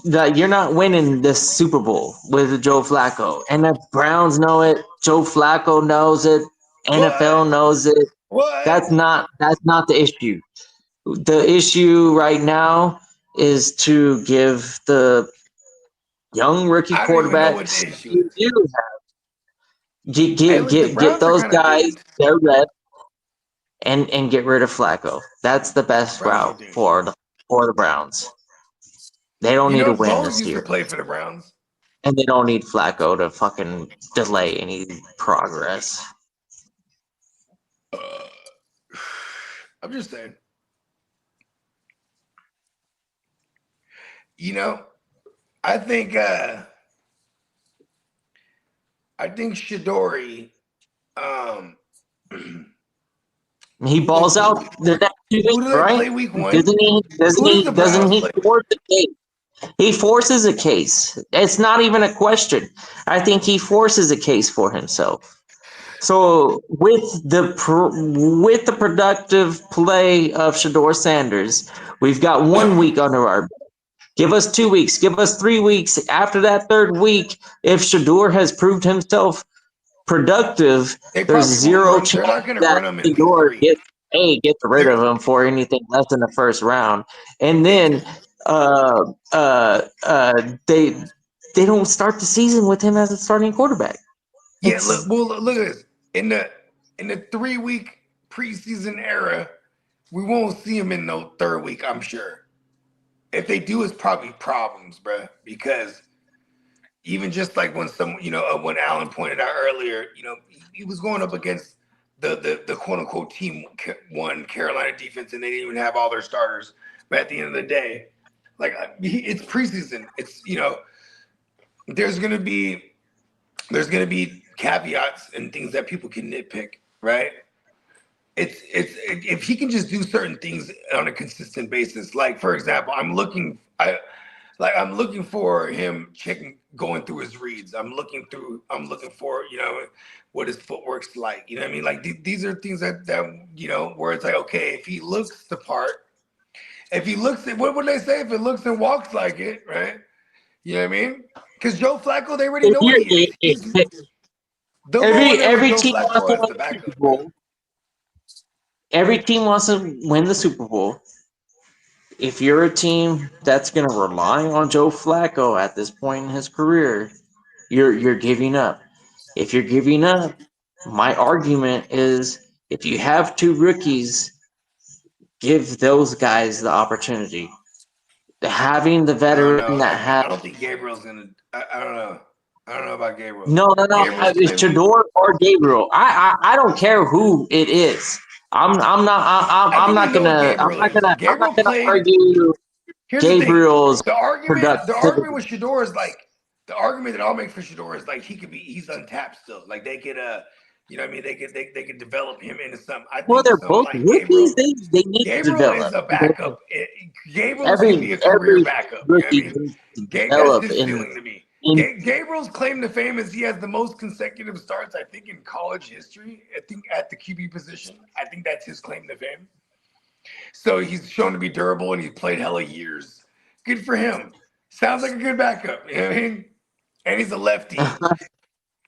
He's a lefty, so to speak, an offense has to get they have to get inverted for a motherfucking lefty. You know what I mean? The one thing that you and I can agree on is that the Cleveland Browns value Gilbert. Who? Joe Flacco? No, Gabriel. Sorry, I said. Oh, Gabriel. I mean, I guess they drafted him in the 3rd round. Shit. They value him. Then they gave up. They gave up a 4th or something for Kenny Pickett. I mean, this is how bad the organization is, though. It's almost like Bogart's running that organization. You gotta be a bones in that motherfucker making the plays. Hey, look. Shadori, because it's a business, and if they want any kind of other playoff primetime game, they're gonna push Shador in there, bro. Just like they force. They're gonna put him in if he's outplaying. That's how it works. If he's outplaying the competition, he's gonna get the job. And they might lose a bunch of games, but that's okay. They're losing with their future, and that's what the Colts did with Peyton Manning. And that's it didn't work out for the Colts because they didn't get a goddamn fucking championship. But I'm telling you, like these young quarterbacks, they're gonna play on if they're quality quarterbacks, they're gonna get drafted to a team that's like the Browns, and then the Browns are gonna, collectively have to get better in all aspects of the team in order to support their newfound quarterback. It's simple. It's not a one-man show. No quarterback is gonna take that team to anywhere. Like Well, the Patrick Saints Mahomes just lost Trevor Penning for a while. If Patrick Mahomes didn't have the Saints lost Trevor Penning for about a month. Okay. They're all dropping like flies. It feels like war. Can you smell the burnt and cauterized flesh? We're at war, baby. Let's go. We're in this thing. You know what? That's survival of the healthiest. That's always been one of our mantras. You know what I mean? Man, a lot of times. Look at my Niners. We're already getting. We had a whole fucking tsunami of injuries just hitting us. Yeah, they're just piling up. But I mean, it kind of looks at the offseason moves now. Like for example, we're not gonna have Brandon Ayuk to maybe week 6 or beyond, as it stands right now, right? If you ask me, then there's Jennings, who's like a holdout. Oh, we got to pick. Jennings is like a holdout / calf injury, whatever the truth is, right? But then we signed Demarcus Robinson months ago, and he's going to slot right in there. You know what I mean? Just for now, at least. He's not the greatest, but he can also block, and that's important because like Jennings is not replaceable in that aspect. But if you got someone that can block, then this guy's going to see the field. You know what I mean? Ricky can block, so quote unquote, and he's going to fill a big role in year 2. You know what I mean? But whatever that, I'm anxious to see what that role is going to be like. You know what I'm saying? 3 more and you're on the clock, kiddo. I know. I'm looking at that. I'm crossing my fingers. I know Parm. He's occasionally not around. He's AFK. His light's on, but maybe no one's home. No, right. He's on. Let's go, Parma. Yeah, them last 2 picks, Gainwell and Stutzman, I had them on my queue for sure. Yeah. Damn good picks, fellas. Yeah, the Stetson pick. That was the one I was contemplating over Colson. But I really wanted to stick it to Lee for some reason. You can stick it to me all you took want. Christian Harris. Why would you take Christian Harris there? Because hey, shit, he was on top of my queue. God damn it. You and Dennis. You should have saw the bottom of my queue and I took him. You should have saw the text message Dennis sent me. I'm outside hanging curtain rods and oh shit. Yeah, I forgot. I gotta beat Dennis my to queue. The players I like. I forgot about that part too. Christian Harris wouldn't have made it to me. Well, Dennis is right after me, right? Yeah. Yeah. Oh, that's right. Oh, shit. You just let him do his thing over there then, Lee. And Peacock goes, I'm mad at Lee for taking Harris, too. Yeah, come on. Like, just let him fall. Let him be risk avert. And then Savant, what's his name? Cerveza Dennis, man. Cerveza Dennis for the goddamn Buccaneers, man. Johnny! I can't get over that one. That one has me hot still. That one made me take Junior Colson. You see what you made me do, Johnny? Junior Colson better be something. You know what, Lee? Once the draft's over, I got Junior Colson for you.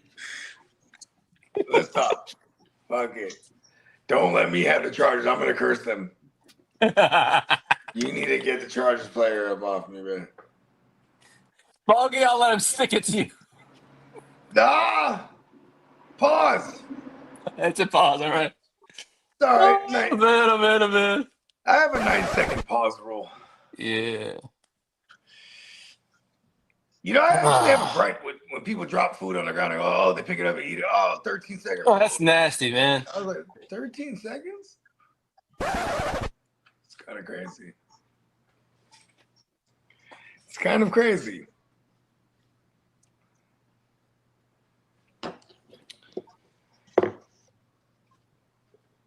The fucking New Orleans linebacker. I got a nice topic for conversation if it ever comes down to my pick in 3. Yeah. I have something for y'all though. I don't want to influence picks prior to mine, but no, I wish I could. They're not watching. Yeah, man, just let it go on. What you talking about? Bones wants to know. Right? I'm sure he does. Nah, don't even say it. You don't gotta say it. You don't gotta say that.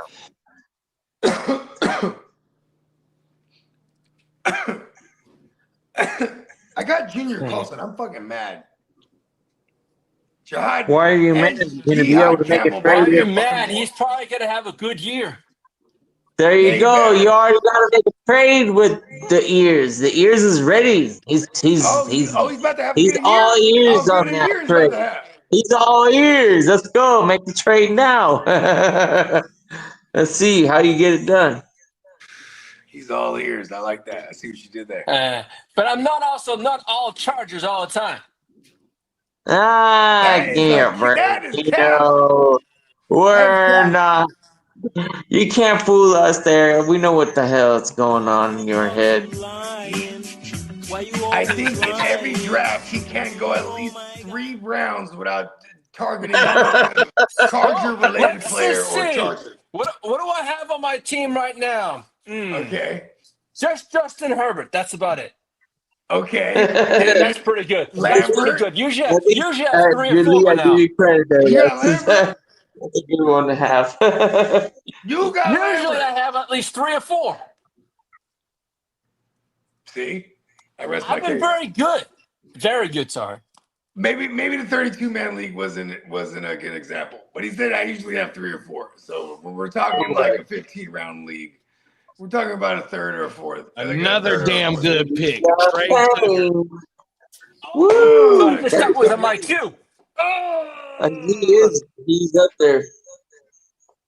Shout out to Parmigiano. We got Viking Kev on the board or on the clock. We got high rollers on the clock, and then we got. He might be on the road. He might be on the road.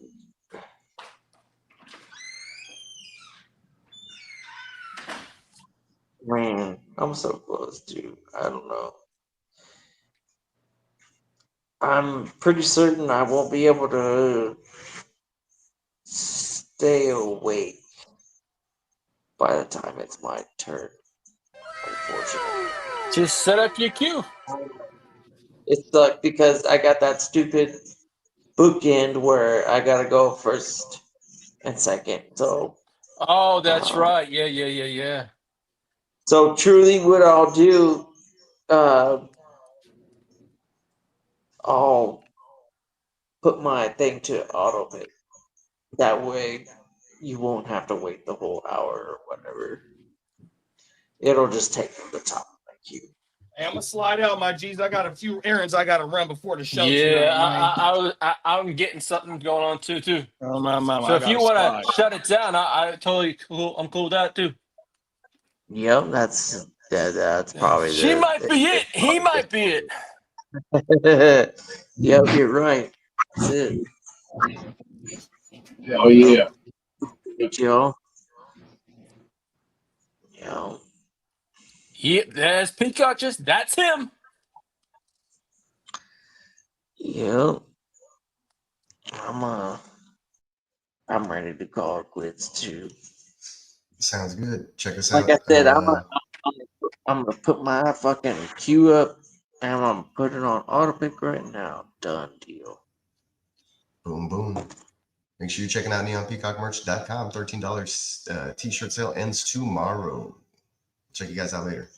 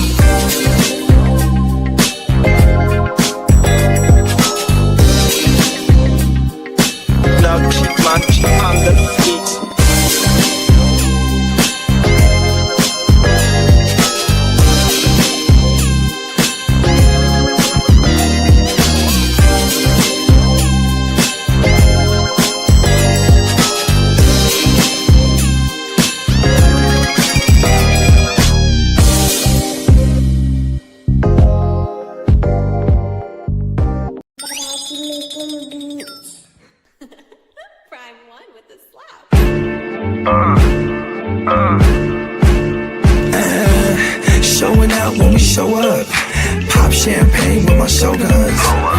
Hella money is the motive. Own ship in the campaign slogan. We showing out when we show up. Pop champagne with my shoguns. Hella money is the motive.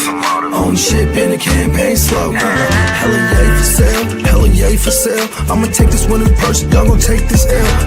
I'm in her purse, yeah, the game's a bitch. Till the day I'm in the hearse, I'ma make this mail. I got a paper bag full of that, can't you tell? I was making paper stack while y'all was chasing tail. I'm a real maniac, I ain't afraid to kill. Shit's real when you married to the game, for real. I'm bout skrill, bout scratch, moving everything from chow mein and loud packs. Pharmaceuticals, yeah, the doable. Dumb racks got the bag going stupid up. Showing out when we show up. Pop champagne with my shoguns. Hella money is the motive. Own ship in the campaign slogan. We showing out when we show up. Pop champagne with my shoguns. Hella money is the motive. Own ship in the campaign slogan. Hella yay for sale, we campaign for real. I'm online like a nerd, but I ain't for real. I'm on the grind with the birds, Eve 8 and 12. Getting high, hella fly, how it made me feel. I live in a digital world. Prima donna fucking with material girls. I was just a mobster from the underworld. On my pocket shit, screaming fuck the world. You on your cop shit, handcuff your girl. Every time my palms itch, stack it up for real. We got work, no cubicle. Dumb racks got the bag going stupid up. Showing out when we show up. Pop champagne with my shoguns. Hella money is the motive. Own ship in the campaign slogan.